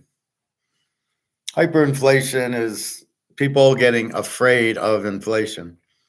It's the fear that the money's losing its value so quickly that you don't want to have it anymore. So when you get money, when you get your money in, it's this you're ripping it up, right? This is your money. It's worthless, right? You realize it's worthless. So you get money in and you immediately spend it. That's the hyper part. So it's inflation that's happening very, very quickly. And it'll be 5,000, 6,000% inflation, like what's going on in Venezuela, what's going on in Zimbabwe. I think Brazil, the inflation's printing so fast. Again, they're printing. The government doesn't know what they're doing, or it's part of George Soros' plan. But the governments are all clueless. They're all Keynesians. So in their mind, they want to just print. They think, well, if we print more money, that'll solve things, which, it'll just make things worse. And so hyperinflation is the fear of, oh my God, I don't have any money, and the money you're printing me is worth nothing. So you keep printing this, yes, Bobby Bo. So you keep printing the money, but once you realize that the money's worthless, like I go to the store and it's $12 for a can of tuna now. It's $20 for a milk, it's $15 for bread, and then you go back a day later and the bread went from 15 to 20. Now you start panicking. That's what hyperinflation is. You're panicking because you realize the dollar's worthless. I'm telling you up front the dollar's worthless, so you don't panic. You run into gold because you then understand it's the only thing that'll hold its value because the government can't inflate it. Again, you first understand there's paper and physical, and they can print the paper, but that's not the real price. The real price is physical. So therefore, you've got to understand the first concept. Gold is not the paper gold, it's the coins you have. That's your first lesson. Once you understand that, as the dollar goes to 1 cent, you go, well, fuck, this is worthless. Now we already know it now. So now we can kind of casually go to the coin store, give me 10 ounces of gold, give me some silver, off we go. And when that's what we know, but we're not panicking now. We know it's going to happen. And everybody, you and Luke and Bobby are like, oh, fuck, why does COMEX keep it down? And it really is a good thing that people can still buy it this cheaply. So on one hand, it's a good thing it's still down because we can still buy more and more and more at this ridiculously low prices. Now, we know the prices are low. They're not the real price because we know the difference between paper and physical. Most people don't even have a clue that it's paper or physical. They think gold doesn't really do anything. It's at 2,000. Okay, but look, it doesn't go any further. Why doesn't it go to 5 if it's such a good thing? Da, da, da, da, da. And that's what they don't understand. So that's what we run into, Bobby and Greg and John and Luke, when we're trying to get our families and friends to buy it, and they don't have a clue. They don't understand what we're talking about, and they don't understand that it's very inexpensive right now. It's $10,000, $20,000 an ounce gold for 2,000. That's what we understand that they don't. But you can't convince them that that's what's reality for no reason. I mean, there's really no reason to it. They just don't understand. So that they're not stupid, but they're not stoic either. So Bobby goes to me and he says, well, football and, economics and, this and, that. And that's part of being stoic, is asking the question, like, I think I got diabetes. So I go to this doctor and he says, well, there's nothing you can do. And I go, well, what is it? Oh, it's high blood sugar. Well, how did I get it? I ate high sweets. So maybe if I don't eat high sweets, it'll go away. And that's when I found our doctor on YouTube asking the question, how do I get rid of diabetes? If I got it from eating something, if I don't eat it, wouldn't it go away? That's using logic. So I found our doctor friend. That's how I know about it, because I asked the question, how do I get rid of it? And what is it? I didn't even know what it was. They wanted me to buy this monitor thing. I said, so what do I do with it? Well, you watch your levels go, what then what do I do with it? So if my sugar is really high, so what do I do about it? I mean, it's nobody could have explained it to me. So I found our guy. And the same thing with gold. Well, I had economics, I had a master's in it. But why is gold? But that wasn't explained to me why gold's sitting at 2,000, not going up. So I asked the question again, being stoic, digging in, finding out, oh, wait, there's JP Morgan and COMEX printing bullshit derivatives and options, keeping the price low. What kind of shit is that? So once I understand that, you then understand, that's what's going on. Now I can buy gold because it's so undervalued. It's not priced right. Silver at 25 an ounce is not priced right. Even though we keep seeing silver at $24 an ounce, or today it's at $23.80 or whatever, even though we see that, it's still not the right price. It's the paper price. They're keeping it down on purpose because they don't want us out of the system. They want us in the dollars. They want us in this crap. We're not supposed to ask, and we're supposed to just take our dollars and, you know what? The best way, we're going to buy stocks. That's it. We're going to be in the banks and get an annuity for 9%. Or we're going to go get into Madoff and get Ponzi schemed. Or you know what? We'll get Attack on Wall Street guy. We'll put our money in Ritz. That's what they want us to do. They control it. Wall Street's just a gimmick, and it's all commission. So they keep you in things. Think about it. You're being sold commission products. It's not good for you. It's good for them. They want you in the commission products, and they control the commission products. When Attack on Wall Street happened, it was fucked. It wasn't real. Since they weren't getting, so you pay your mortgage and the bank gets their money. Right. And the bank's charging you 7-8% for your mortgage. Right. So here's $500,000 and you pay me over 30 years, $1,500 a month, which includes 8% interest. So as long as they keep paying you, you get it. But then you take 50 of them and bundle them and sell them to Bobby and say, Bobby, I'm going to give you 8%. And the bank can't give you 8%.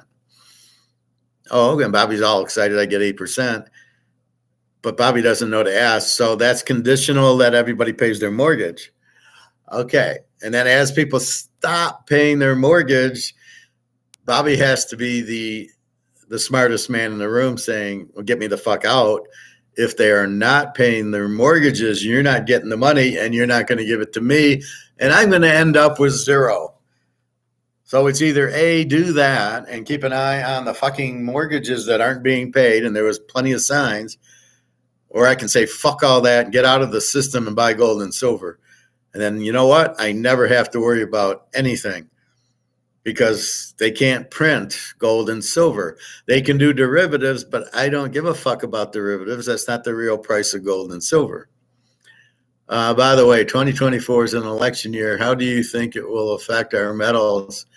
I think Putin's controlling our metals, and I feel very, very, like I told you, I told Daria, when Putin starts with the gold back ruble or starts fucking around with BRICS and making that gold back, please let us know so I can tell the class, and then we know to answer Luke's question, it's now, right? Right now it's close.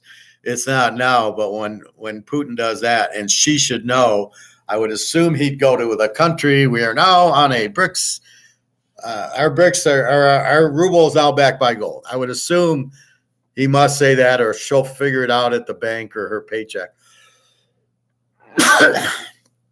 And so once she knows, she'll tell me. So that's what we're waiting for. But see, we're on the other side. We're on the side where we can't get fucked because we're out of the system. The system is all that. It's just all commission based. That's all it is. It's you got 100 grand. Oh, buy some stocks, buy some bonds, and I'll get commission on it. I don't care what you do. I just want my commission. And like the guy said in an Attack on Wall Street, well, yeah, my wife was really, we couldn't go to Barbados because of that, but now everything's fine. And now me and my wife are going to Jamaica or wherever. And that's why he got killed, because he pissed off the guy who's a maniac who lost all his money, who's shooting guns, and you're telling him, oh, that's okay. We went on another vacation, and I'm sure you're okay. As we went on to lose all of your money. And the guy had the nerve to say, he says, well, I won 50 grand in a poker game. And the guy had the nerve to say, oh, come on, we'll have lunch and I'll put you in another investment. Would you go anywhere near this guy? You just lost me 60 grand. I'm going to trust you again. I'm glad he killed the guy. But that's what the light needs to do for everybody, is realize Wall Street is it's just pure evil. It's just about making commission on you. It's got nothing to do. That's why they give these big bonuses.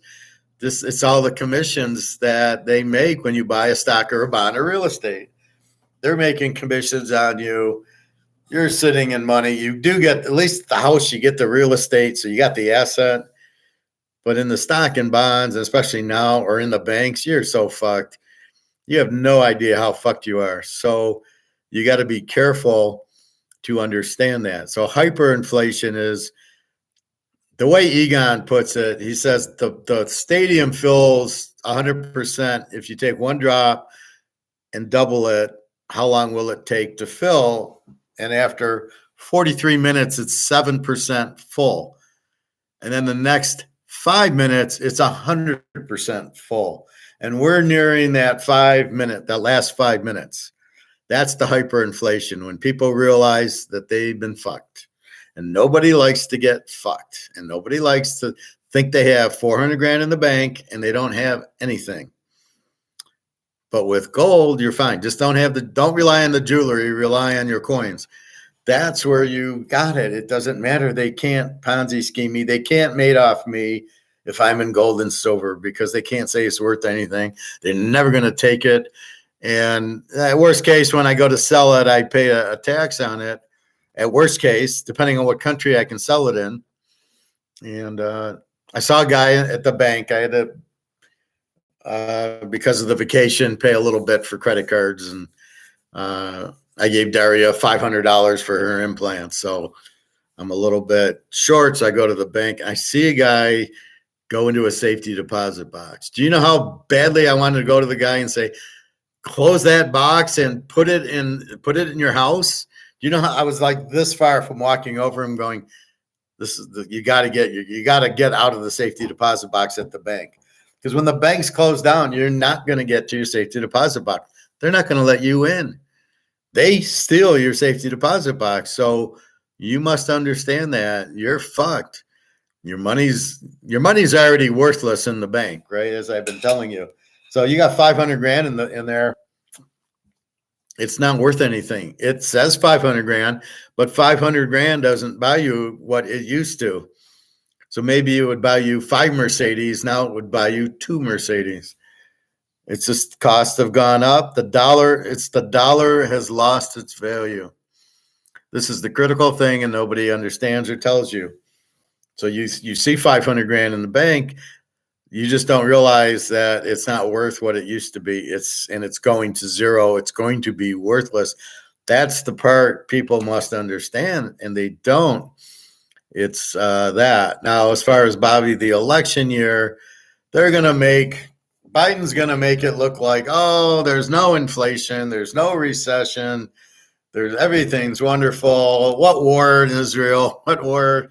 No, we're playing out there. They got little frisbees. They're not really at war. I'm the man. Look, we have the strongest economy ever. Everybody's working, and what are you talking about? It's a great time to be an American. Yeah, we got people coming across the border. What the fuck that's all about? It's like you just want to kind of move, get the fuck out of here. Nobody pays attention to the money or the laws, and all these strangers are coming in who are all criminals from Mexico and all these other countries are just walking right in through the border. They're not supposed to. It's totally illegal, and we're fucked. Especially because they're giving them money. They're giving, here's $5,000. Welcome to America. Hey, if you need more, call me up. So that's the hyperinflation. So then I'm going to show you this one. Thank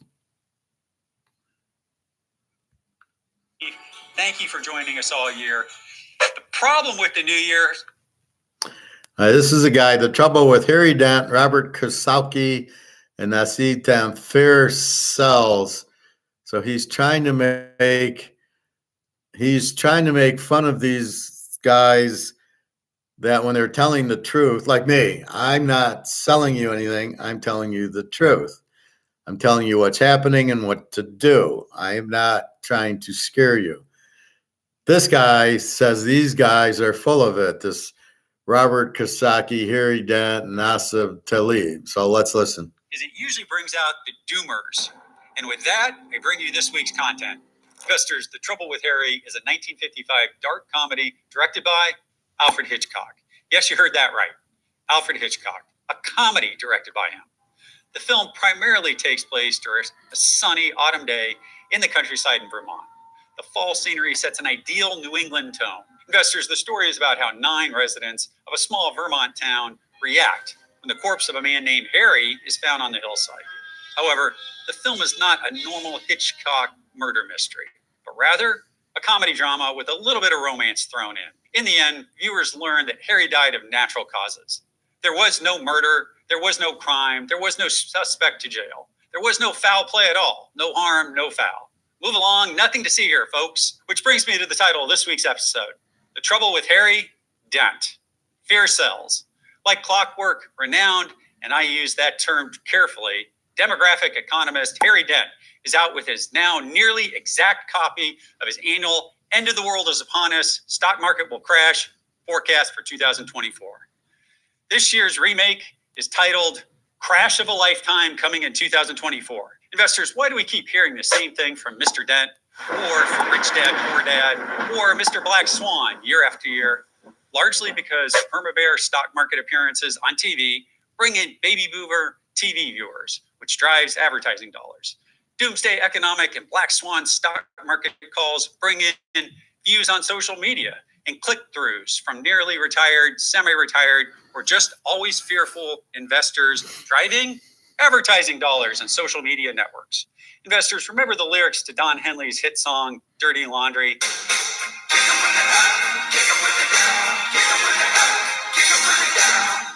Well, he could have just substituted almost any phrase in the financial markets in his lyrics, and the song would have been just about the same. People like watching train wrecks, and fear sells. It sells often, and it sells well. Directly, selling fear is an outright moneymaker. It's a moneymaker most often. All right, so I don't want to waste your time with this idiot, but you can see how he's like contradicting. If I'm telling you there's inflation because they print the money, he's not giving you a rebuttal. He's just saying, oh, the professor's just, gloom and doom. And, oh, he says the stock market's going to crash, and this is where it's very dangerous. This is what I warn you about, is the confusion. Who do you listen to? So you hear a guy like this counter those guys, but he has no counter. He all he can say is, oh, they're just trying to make clicks and sales, and they're selling whatever they sell. So they're just doing it for the sales. This guy does black swans, and this other guy sells books or whatever. And this is the problem. So this is what I try to warn you about. Be careful with these type of guys, because they're very confusing. You think that, he's trying to discount, these other guys. but he has no figures to do it. So that's confusing to you. It doesn't confuse me because I know what's going on. And that's why I try to paint the picture of reality and truth to you, not anything else. So when I talk to you, this is what's happening. I'm not really doom and gloom. I'm just telling you what's happening. I'm telling you that they're printing the money to zero. You can see it. I saw a chart today, and let's see if I can get to that one, where the guy,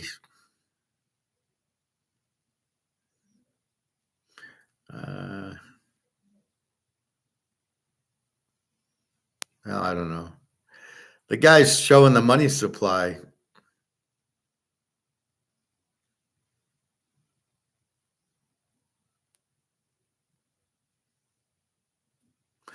So they'll talk about the money supply is so much, but they don't know how to analyze it. Anyway, the point was the money supply is like $10 trillion. I think they were talking about the debt and what we can do about it or some bullshit like that. There's nothing you can do.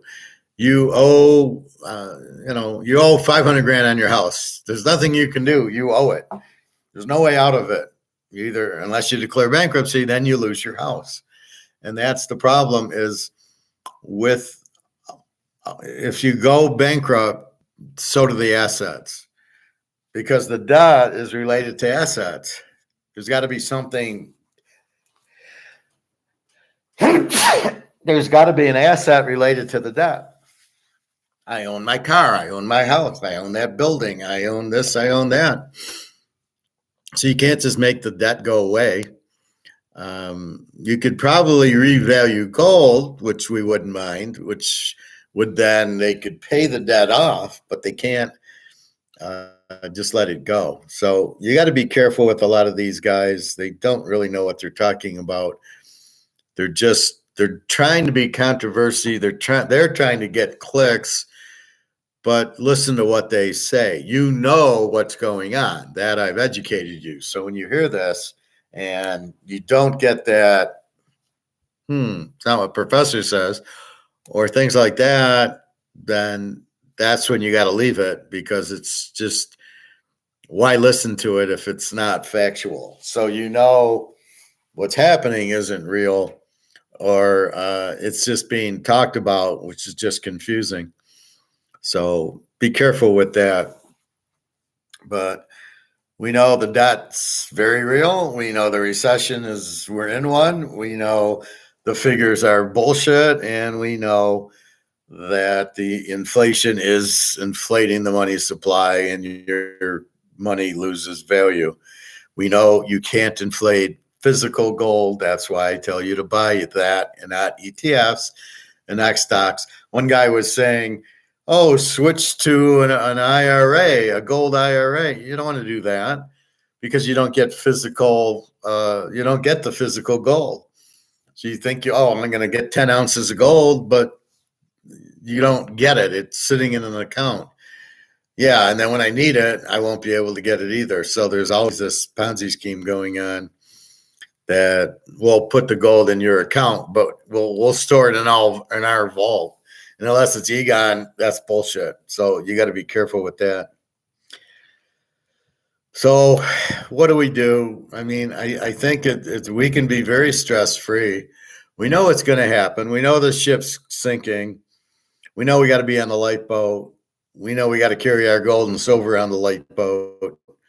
We know when the boat crashes, the gold and silver will go to the moon, price-wise, as soon as they get it done with the paper gold. So once that happens, we know it's all done. So that's really what we need to do, and just go from there. So you try to stay out of the Wall Streets and out of the banks, because they're all Ponzi schemes. They're about to collapse.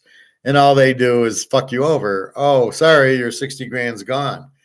So be very careful investing. The market will crash, but it's because the dollar is being inflated, right? So the basic starting point is they're printing the dollars. It's becoming worth less and less. The money in the bank is going to zero. the foreigners have a lot of money in the banks, in the stock market, in the housing market. They're not going to want to lose. So you're a rich guy in Japan, and you put your money in U.S. Stock market and bought a house here because you want it in U.S. dollars. Now you come to the conclusion the dollar's crashing. Oh shit, my money's going to be worthless. I'm going to sell. I'm going to get out of the stocks. I'm going to sell my house. I'm going to get my money out of the bank and put it in a bank in yen or won or whatever. And then, so you're going to do that to save your money because, until you are smart enough to buy gold, which is what you should have done in the first place. So your envision was to buy this, get out of your won into this. That was your thought of safety. When your really thought of safety is gold. And so it's starting to be bought much, much more. The central banks, Russia, China. Now in 24, Putin runs BRICS. They all hate the Americans, and I don't blame them. I'm beginning to hate the Americans, the government, that is. And I'm not too fond of of Milrose. That's another story. But that's where I'm at with it. And you can see it. So just because somebody says, if I say the gold's going to go up, and then this guy says, oh, well, he thinks gold's going to go up because of the inflation. Oh, what an idiot. He doesn't know what he's telling you. Well, I can, and I do, because I explain it. And I think as long as somebody can explain it in English at a 5th grade level to you, then does it make sense to you? You make the choice. I'm not here to make the choice for you. I'm here to help you make the choice by understanding your choice. And that's what I'm doing for you. Hey, Todd. Hi, welcome, Todd. That's what I do here. Winners. There. Well, you were being nice, Todd. I didn't even touch that one. The Iowa under, the Wisconsin, the Washington over, and Alabama, and so many teasers. It was hysterical. But yeah, no, glad we won. Next week we're already looking ahead to next week, and we like Washington over Michigan. We being me and the professor and the Teaserking. We both like Washington over Michigan. Getting 10.5, that is. Does the election really affect it? They'll pay the sitting government never wants to look bad. So what they're going to play, and it's the economic activity that gets them voted out of office. People don't fuck with my money is the message that the people who vote tell the guys running, don't fuck with my money. So with that being said, everything will look better than it is. The stock market is getting pumped with, they're printing money, putting it into the stock market. The banks, even if they're collapsing, they'll be like, shh.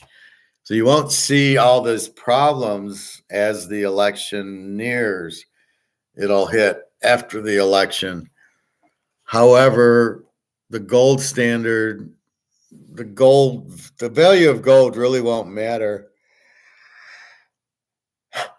Our friends in Russia and China will take care of that for us. Putin, you think Putin's going to wait for the election to have the gold-backed currency? Or China?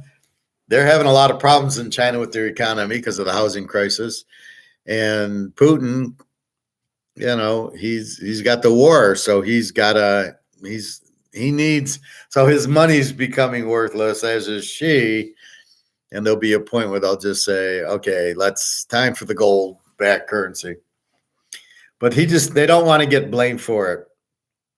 They want the U.S. to blow themselves up, and then Russia, China come in and say, we didn't have anything to do with it. You blew yourself up, and then we came in with gold-backed currency. That's what the Chinese more specifically want to do. They don't want to take the blame for it. They're ready for it, and they can see it's going to happen. They're watching the Titanic like we are, going, well, that boat's about halfway full of water. Okay, do we got more gold? Hey, Charlie, they get egg rolls and we'll get gold. So there's 60,000 tons of it. I think we can use 65. The idiots are still keeping it at $2,000 an ounce. Let's get 65.70 in here. Now we'll push the button, and now we'll see $30,000 an ounce gold, and then you're going to see it not in gold, will not be priced in dollars anymore. Yet that's what these guys will do. They'll chart it and they'll say, "Well, look at 2008. Look what gold did." It's derivative driven down by J.P. Morgan. How the fuck do you know what it is? You can't say it, and that's why I lose a lot of people watching their videos, is when they're clueless what's price fixed. So we see in football, we saw Michigan go from 1-2 yesterday. What the fuck was that all about? Who in their right mind was betting Michigan yesterday? You got to be out of your mind. And now you have to bet a teaser to be in your mind. You want to win, you bet teasers.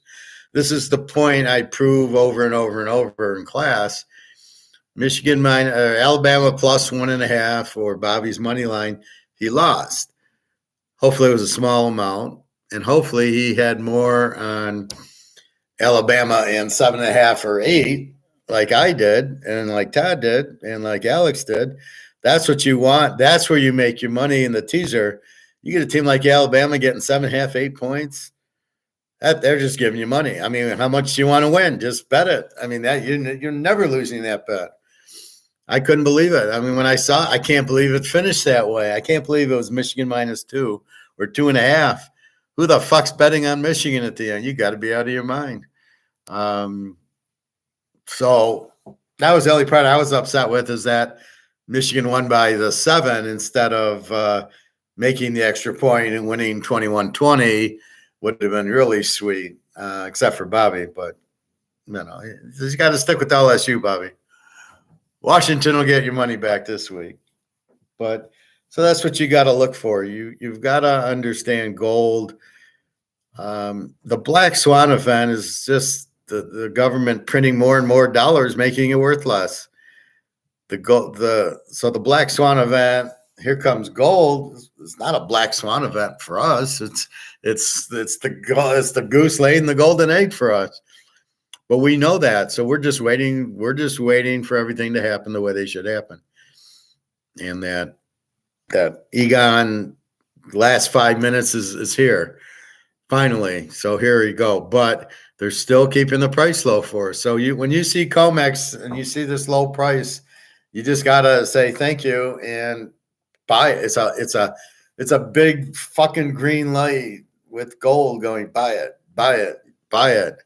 And it's a steal. It's 20,000 an ounce gold for 2.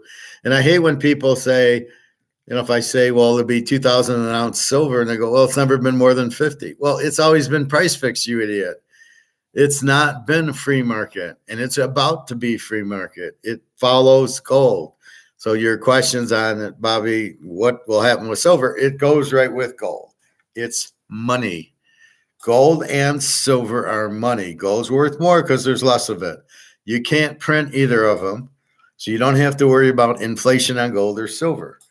As people realize that the dollar's going out, they'll want to buy gold. But as gold goes to 10, 20,000 an ounce, they won't be able to afford it. Here comes silver to the rescue. Oh, well, silver's only 500 an ounce. Oh, give me 100 ounces. I mean, that's what'll happen.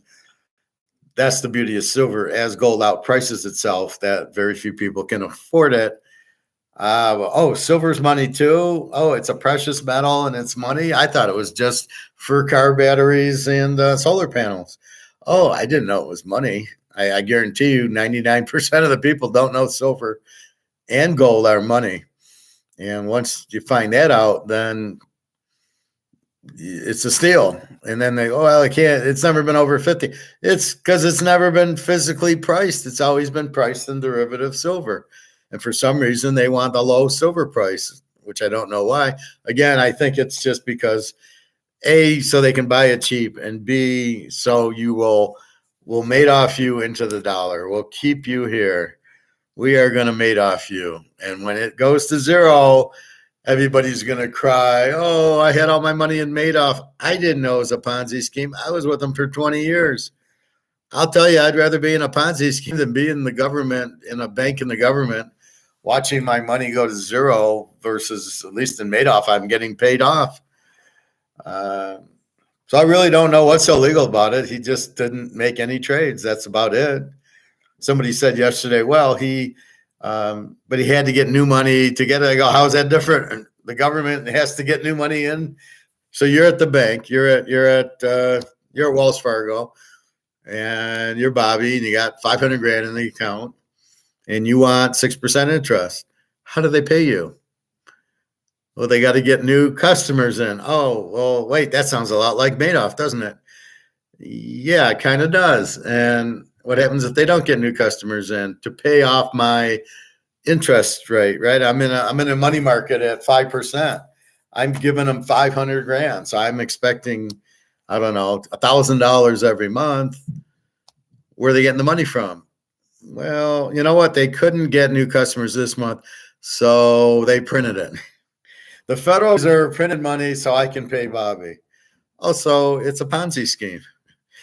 Yeah, basically, instead of the feeder funds, they go to the printer and go, okay, Bobby needs his money, and Luke needs it, and Howard. They're all in, Wells Fargo 5% fund.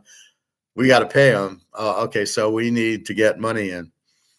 That's exactly what happens. So how was that different than Madoff? Except for they're a bank, so now it's legal. And the difference is they don't need feeder funds. They're just going to print the fucking money. The difference is when the money has no value and they can't print it because the debt's 35 trillion fucking dollars, and they can't. Sorry, we can't print anymore because now the value's going down. And then you walk out going, well, wait, I have 500,000. But all I can buy is bananas and Coca-Cola. It doesn't work anymore. I can't use it. It doesn't buy anything. Oh, fuck, I probably should have been in gold for the 500,000. Then I wouldn't have to worry about the interest, and I wouldn't have to worry about it going to zero. That's as clear as I can present a case for you of what is not a black swan, not a Ponzi scheme, of what is actually happening. That is exactly what's happening in the banking, in the whole financial system. It's money that grows off trees that they don't even print half of it. A lot of it's derivatives. When they do derivatives on gold, they don't even it's not even real money. They're just putting a derivative in. I want 50,000 shares of gold I'm selling. And then his manager is buying it. He doesn't give them $50 million, and he's not giving them 50,000 ounces of gold. He's not doing anything. It's just I'm shorting it to get the price down. I'll buy it from you, because without the buy, he loses all the money. So then somebody buys it, and they're about to get the shit beat out of them, because it's not going to be pretty when the buyer won't buy. That's what's going to happen. So then it gets into Mark McGuire's, the casino. Talk about a guy who struggles to talk English, is Mark McGuire. Well, the casino and the the ring fence and the laundry machine and all the whatever the fuck he talks about. And then I love he's, well, we've talked about it. No, you've talked to yourself in Greek. Nobody knows what you're talking about. So that's kind of the puzzle, but because it's the whole world, that's the difference. Every country's done this because George Soros put the people in charge that will do that. So that's what you have to be careful with. You should now understand what exactly is happening. I've opened the curtain for you. We're looking behind. We see the wizard, and he really doesn't do anything. I basically pulled the curtain back. That's exactly what's happened. And you own gold, and you understand they're keeping the price down, so you don't get mad, but it's not going to zero, and soon it will go, because all the dollars are going out, where are you going to put it? Even if they all went to digital currency, which they're not going to do, it would still be worthless, because if it's not backed by gold, that money will be worthless. And, what I'm finding, somebody was talking about this whole big plan by 2050, they'll get rid of, we'll be eating insects. No, we won't. I mean, my whole point is, you think the grocery stores, Costco and Kroger and Target and Meijer, are just going to go out of business? They're not going to fight. They're going to say, yeah, gosh darn it, you're right. We're just going to go out. That's bullshit. And the car companies is going to go out. It's bullshit. So they can plan it. Hitler wanted to take over the world. How did that work? Did he do it? No. So he said he wanted to, but it didn't come to realization is he didn't. And this guy wants to control us or whatever. We'll have to have chips in our phone and chips in our car. Well, how are you going to know if I have a chip in my car or not? They want to be able to control the car. And I'm hearing this stuff, and I'm going, that's bullshit. That's scare tactics. But I don't believe it. I don't believe they can make us buy a chip car, or we have to have our cell phone on, or so they can watch where we're going. That to me is bullshit. They might do it. See, but what they don't say is it's just going to be in this one little area, or maybe it's in prison or something. But it's not going to be us every day trying to go to work or go to school or go to the grocery store, go to the swim. Are they going to stop me from going to swim? What are they, fine, I'll take a bike. Does that make you happy? So having control and then using it are just bullshit scare tactics that I don't think will ever happen, unless you want it to happen. But who really wants to give up their freedom? So I'm not buying any of that shit. That's a black swan bullshit, versus the guy saying that the dollar's being inflated to zero. Now I watched this Robert Kawasaki, and I don't understand him at all. I think he's more into real estate, how to scam people in real estate. But I don't see that. I was listening to Maloney, and that guy's such an idiot. Oh, I didn't know anything, so I listened to Robert Kawasaki, and now I know everything. And I'm like, oh my God, this is the problem. You don't know anything. And, you can learn by a good teacher. And I try to be a good teacher to you. But I have to have the background. I have to have a master's in economics. I have to be a football bettor and a handicapper since 1970. We're now in the 30s. So you have to know who to follow, but they have to have they have to be able to explain it to you, which is what I'm trying to do. Is I want you to be able to figure these puzzles out, which is what they are. Atlanta, New Orleans, figure out the puzzle. Do I take Atlanta? Can they win? Do I go over or under? What's their defense? What's their quarterback? Oh, Heineken against Carr. What do I do? And that's really what I'm trying to instill on you, is your independent thought, so you don't listen to these idiots and pay them $50 for a game and not know why you're betting it, and then it loses and you wonder why you lost. Well, Joe sold it to me, and he didn't tell me why. He just said to bet Cincinnati, and so I did, but I don't know why, because he said it. But I don't really know his background. He's a good salesman. And that's really the problem, is you shouldn't have to, you can confer with me, and that's about it. That's where we're at. But that's the other part. But it's the same with everything else, with gold, with women, things like that. You have to know it. With women, we've been talking stoic lately, where it becomes marketing. You market yourself. So the girl, like, you look at a chocolate sundae or a Ferrari or a Rolex, and you go, I want that, or a nice shirt or something. you go, yeah, I want that. So they marketed you into wanting it.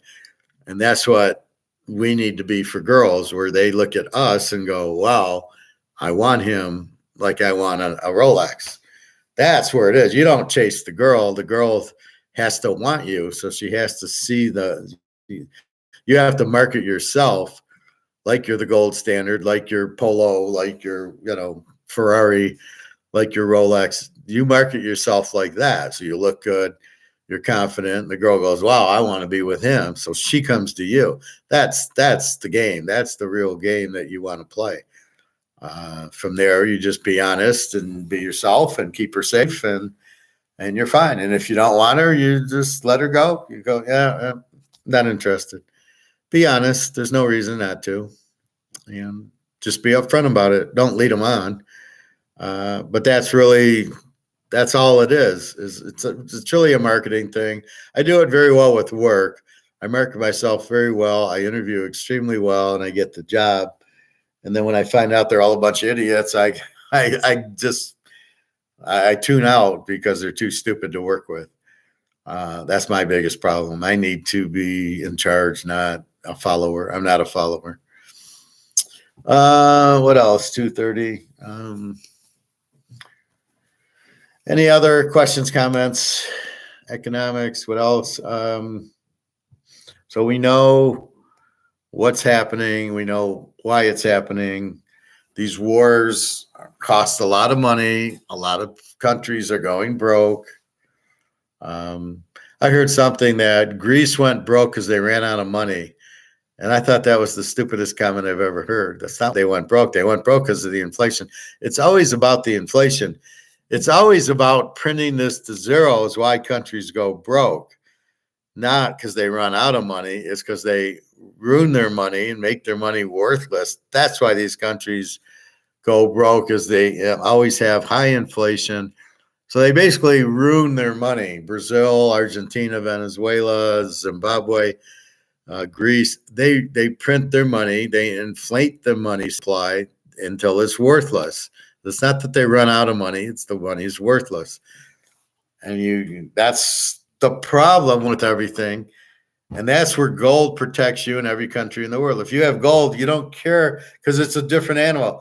This is money, and then this is gold. So what they do here, we don't care. We're over here with gold and silver. We're here.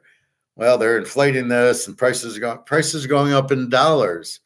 We're safe. We're in gold. Bobby Bo, did you take a lot of notes in your other?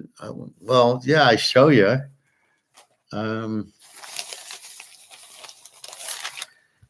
So I took, you asked me that before. Yeah, I mean, what do you? I took a ton of notes, and then I highlight them. So I got a whole notebook full because I was learning it, but I really don't need to read my notes to teach you. I know it. Just like you know how to hit a 3-2 curveball. You don't take a note on it. You know how to hit. I tried to teach kids how to hit. And I said to them, I don't see the ball. I feel the ball. Like I know the ball's coming. And I know it's like right here.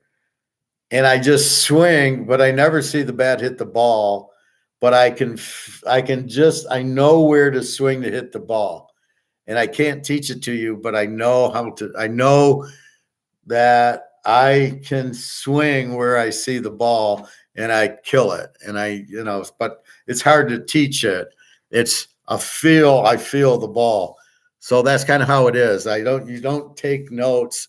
You can take some notes. And if you have questions, I'm happy to answer it for you. But it's the concept of the more of something, the less they're worth. So the more dollars printed, the less it's worth. But I can't print gold. So therefore it's got to be worth more because I can't, because they can't print it. And that's why everything else is ruined because they're overproducing it. They're overprinting the dollars. But why are they overprinting the dollars in every country in the world? That's another story I can't figure out. How nobody knows about gold? Putin knows about it.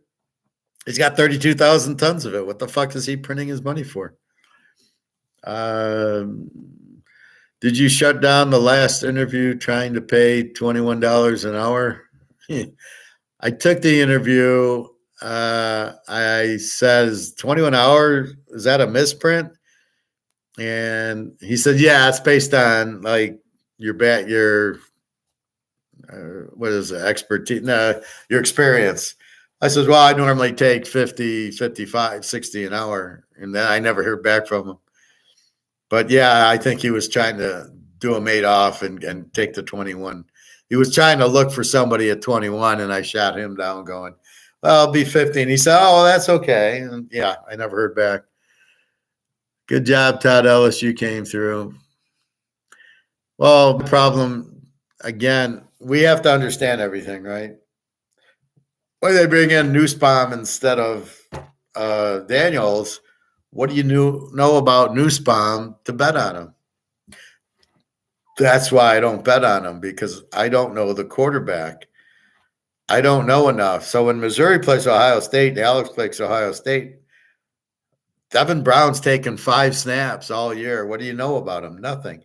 I know Missouri's quarterback is their starter, and they got a very strong running back who's like All-American.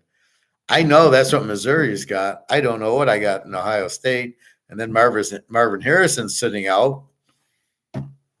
Why? It's very rude, and like, what the fuck is he sitting out for? So once you learn all that, you then figure it out, right? You then go, oh, okay. And that's basically it. So you don't want to do anything that you don't know about, right? So buying stocks, why do you buy it? It's a fucking auction. The whole Wall Street's an auction, and there's a million stocks, and do you bet LSU stock, or do you take Ohio State or Michigan? Whose stock do you bet on? That's what Wall Street is. It's all these companies, Microsoft, Apple, Toyota. And why do you buy them?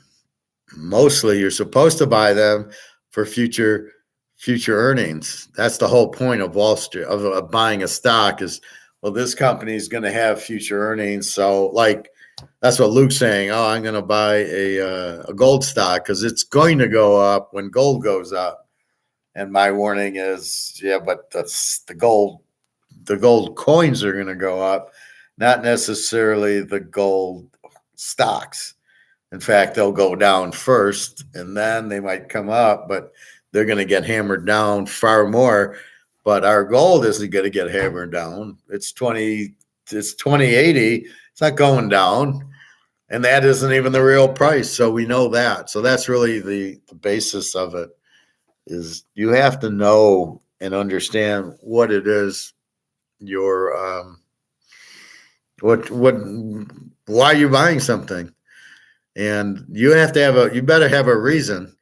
That's why your wife's going to get mad, or your husband, or your girlfriend. She's going to get mad at you because you can't explain it. I keep explaining gold to Jenna, and she says, well, we deal with paper, and gold's gold, and you don't use gold. And I go, are you fucking kidding me? How many times have we gone over it? Well, I would appreciate it if you fucking listen to me, tell you what's going on. I said, the paper's all going to zero and the gold's underpriced and it's going to go to 50,000. And you don't believe me. I'm not going to give you any more gold then. Go fuck yourself. why do you think I'm giving you gold? To you? Are you, it's like Daria gets it, but here's Jenna. Well, it's not worth anything. You said it's going up, but it hasn't gone up. It's going up very soon. Again, you're like Luke and Bobby. I can't tell you when, but she doesn't understand it's going to go up. She sees the price and says, well, that's what it's worth, but doesn't get it's going to go up dramatically. So I don't know what to tell Jenna, but Daria gets it. So anyway, that's what, this is what you must understand. It's priced in dollars, which are going away, and it's just taking time to go to zero, and then and then gold will go up, but there's no time limit on it. It's soon, and that's the concept. But So that's all I can do is explain it to her. So I left her a nice 3-4 minute little class notes going, what part of it's going up to 50,000 are you not comprehending? Yes, I know. I told you when I gave it to you, it's low. It's going to go up. So I'm sure she's looking at I give her 10 ounces of silver. That's $25. It's nothing. Oh, it's only been, so her friends probably tell her, oh, it's never been higher than 50. And I keep saying it's going to be 2,000. What the fuck are you talking about? So she doesn't understand it. She lives in a world of, I see, this is what it's worth today. It's not moving. And you're like, okay, whatever. You know what? I won't give you any more gold or silver. How about that? I'll give you $100 and you can see how long that's going to last you. So I don't need to give up my gold to Jenna if she doesn't know what the fuck it is and won't listen to me. Now you're being rude and disrespectful, and I don't hang out with people like that. That's probably why he's not in class today. He's paranoid because we are officially in January and gold is down. Well, like I said, the point of it is it's not the gold price. There's two ways to look at it. Yeah, the gold price isn't going up, but then you go, oh, well, the gold price is still low. I can buy more. So are you a buyer or seller? And what I'm saying is when the gold price is low, you're a buyer.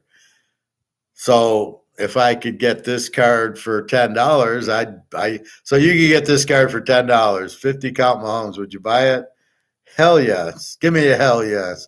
And that's my point.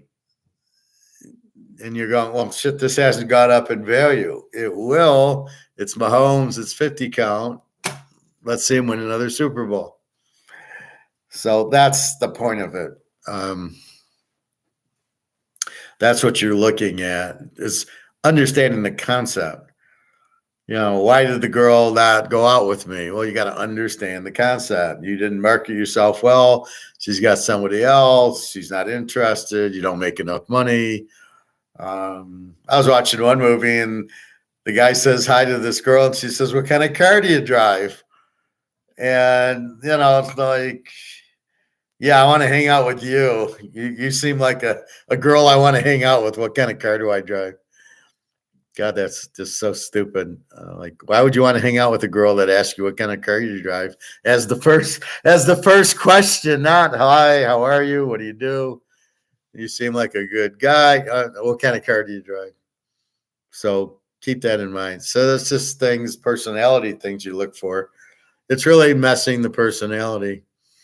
But as far as patience, you've got to look at it as a buying opportunity. So what he's going through is, well, shit, I bought the gold, but it hasn't moved. What do I do? Wait a minute. By now it's supposed to be $10,000.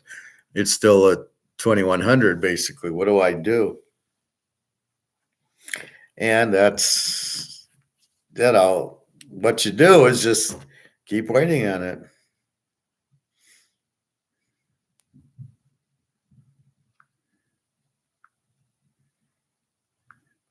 Let's see, where is gold today?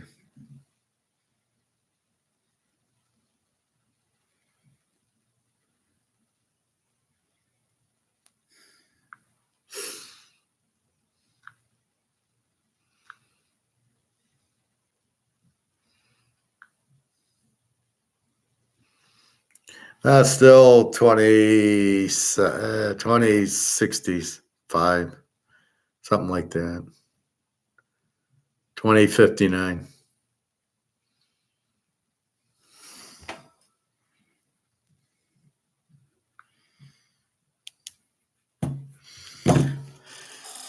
So if you understand the concepts, you're fine. You don't panic. You don't make stupid decisions. The stupid decision is to sell your gold down and buy stocks or get in, buy a car at these high prices. Those are your stupid decisions. Your smart decisions is to understand what's going on and be happy that you're able to get that the price of gold's low so you can buy more. So right now it's just, but like Luke and me and you, Bobby, we end up where we only have so much money. So we bought our gold, we bought our silver, and we're like, okay, now you can go up, and it's still low, and we don't have any money to buy more. And that's really that's why we're frustrated. We're like, okay, I'm counting on this to go up so I can retire fully finally, and I'm waiting and waiting and waiting for it, and that's the problem. So anyway, that's what's happening. So we'll go through more of the pros. It's Tuesday. I don't believe there's a Thursday game. I think it's all Sunday. Or no, it's Saturday and Sunday. Let's see.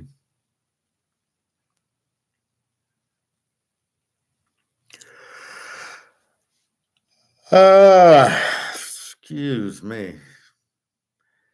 Yeah, 1-6. So it's Saturday and then Sunday. And then Monday night's Michigan, Washington. That's weird. There's no Thursday game. You'd think there would be. So it's good for the goose the rest of the year, but the gander at the end. So Sunday should be interesting. A lot will depend. I mean, if Dallas starts losing to Washington, Philadelphia turns it on. I've seen all sorts, but I like it when they need it. So, Houston, Indy, that doesn't matter. They're gonna whoever wins. Meaning Detroit. I think Detroit wins.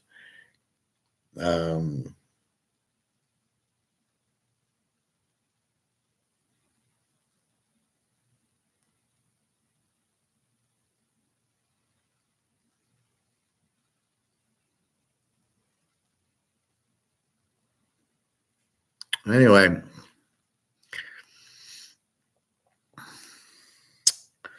so I think that's about it.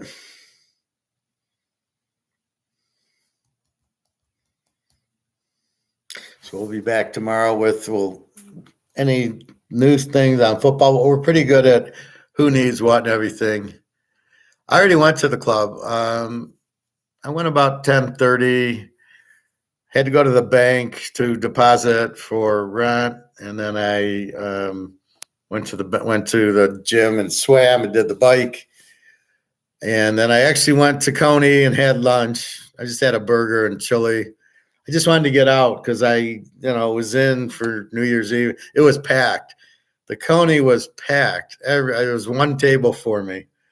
And I think everybody was the same. It's like, okay, they were in for the football. I care. They were watching the Michigan game and the other game. And so they were in New Year's Eve and New Year's.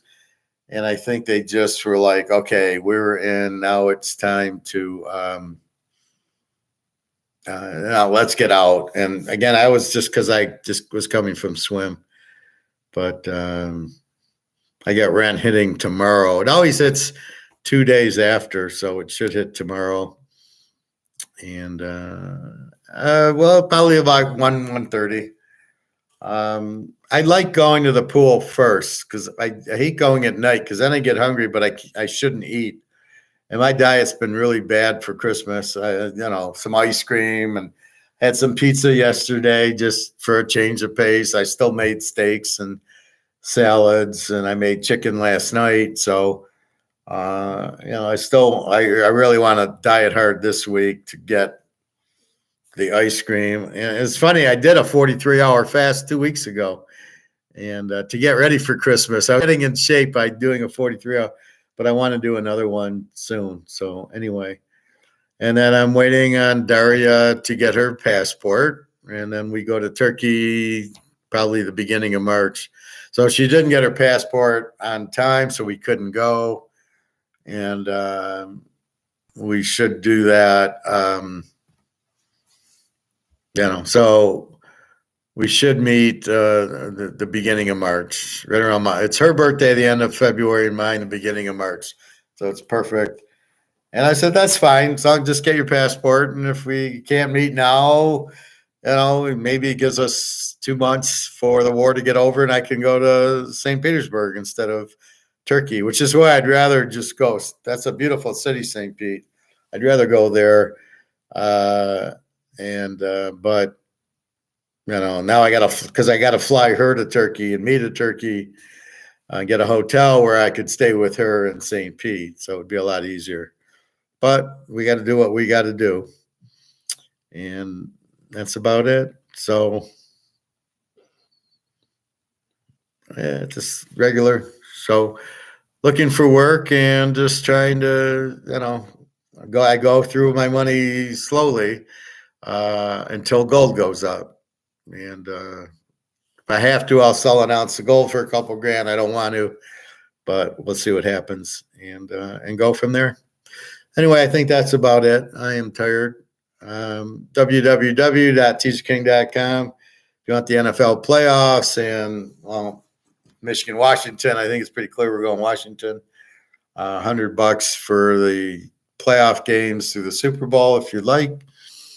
And outside of that, we'll just keep watching for gold and inflation and everything, stoic and everything else. So keep your eye on that. The inflation is huge. Don't be fooled to think it's 2%. It's not. Once you print it, it's printed. You eat cake and you go from 200 to 290. You didn't like, okay, the weight gain's gone. You gain 90 pounds. And that's what they're doing with the money. If they printed the money's printed. They didn't get away from the money being printed. And that's by printing the money and having more money, it's worth less. So it's not like all of a sudden it's okay, everything's fixed. It is the way they measure it in money, in the cost, the prices, but that's not real. That's got nothing to do with it. Prices are here. You overprinted, the money's here. So the prices went down. Well, it doesn't, you're still way, way, way overprinted. All right, class. Well, thank you, Bobby Bo. Yeah, I missed you last week. You weren't on much, and I did every day. I did Christmas, New Year's. Figured, what the hell? And there was people in class. I was a little surprised, but I was happy to see that. So yesterday we did it and went over the games and everything. Anyway, www.teaserking.com. And we will talk. I'm going to watch some more videos on YouTube to get some little bit more information, like that one idiot who's bad-mouthing people. But please be careful when you do talk or see people and you don't know them. And really, you listen to them because you have to determine, do you trust them? Do you want to follow them? Do you want to listen? Or are they a bunch of idiots? Most of the people are idiots. Most of the people want to hear themselves talk and don't know what the fuck they're talking about. So keep that under your hat that, well, this guy's probably an idiot. So anyway, that's what's going on. All right. Well, have a good day, and I will see you tomorrow. www.teaserking.com. No football today. Oh, my God. It's always depressing this time of year when all the bowls are done and now we're getting into the playoffs. So. All right. Have a nice day. Take care.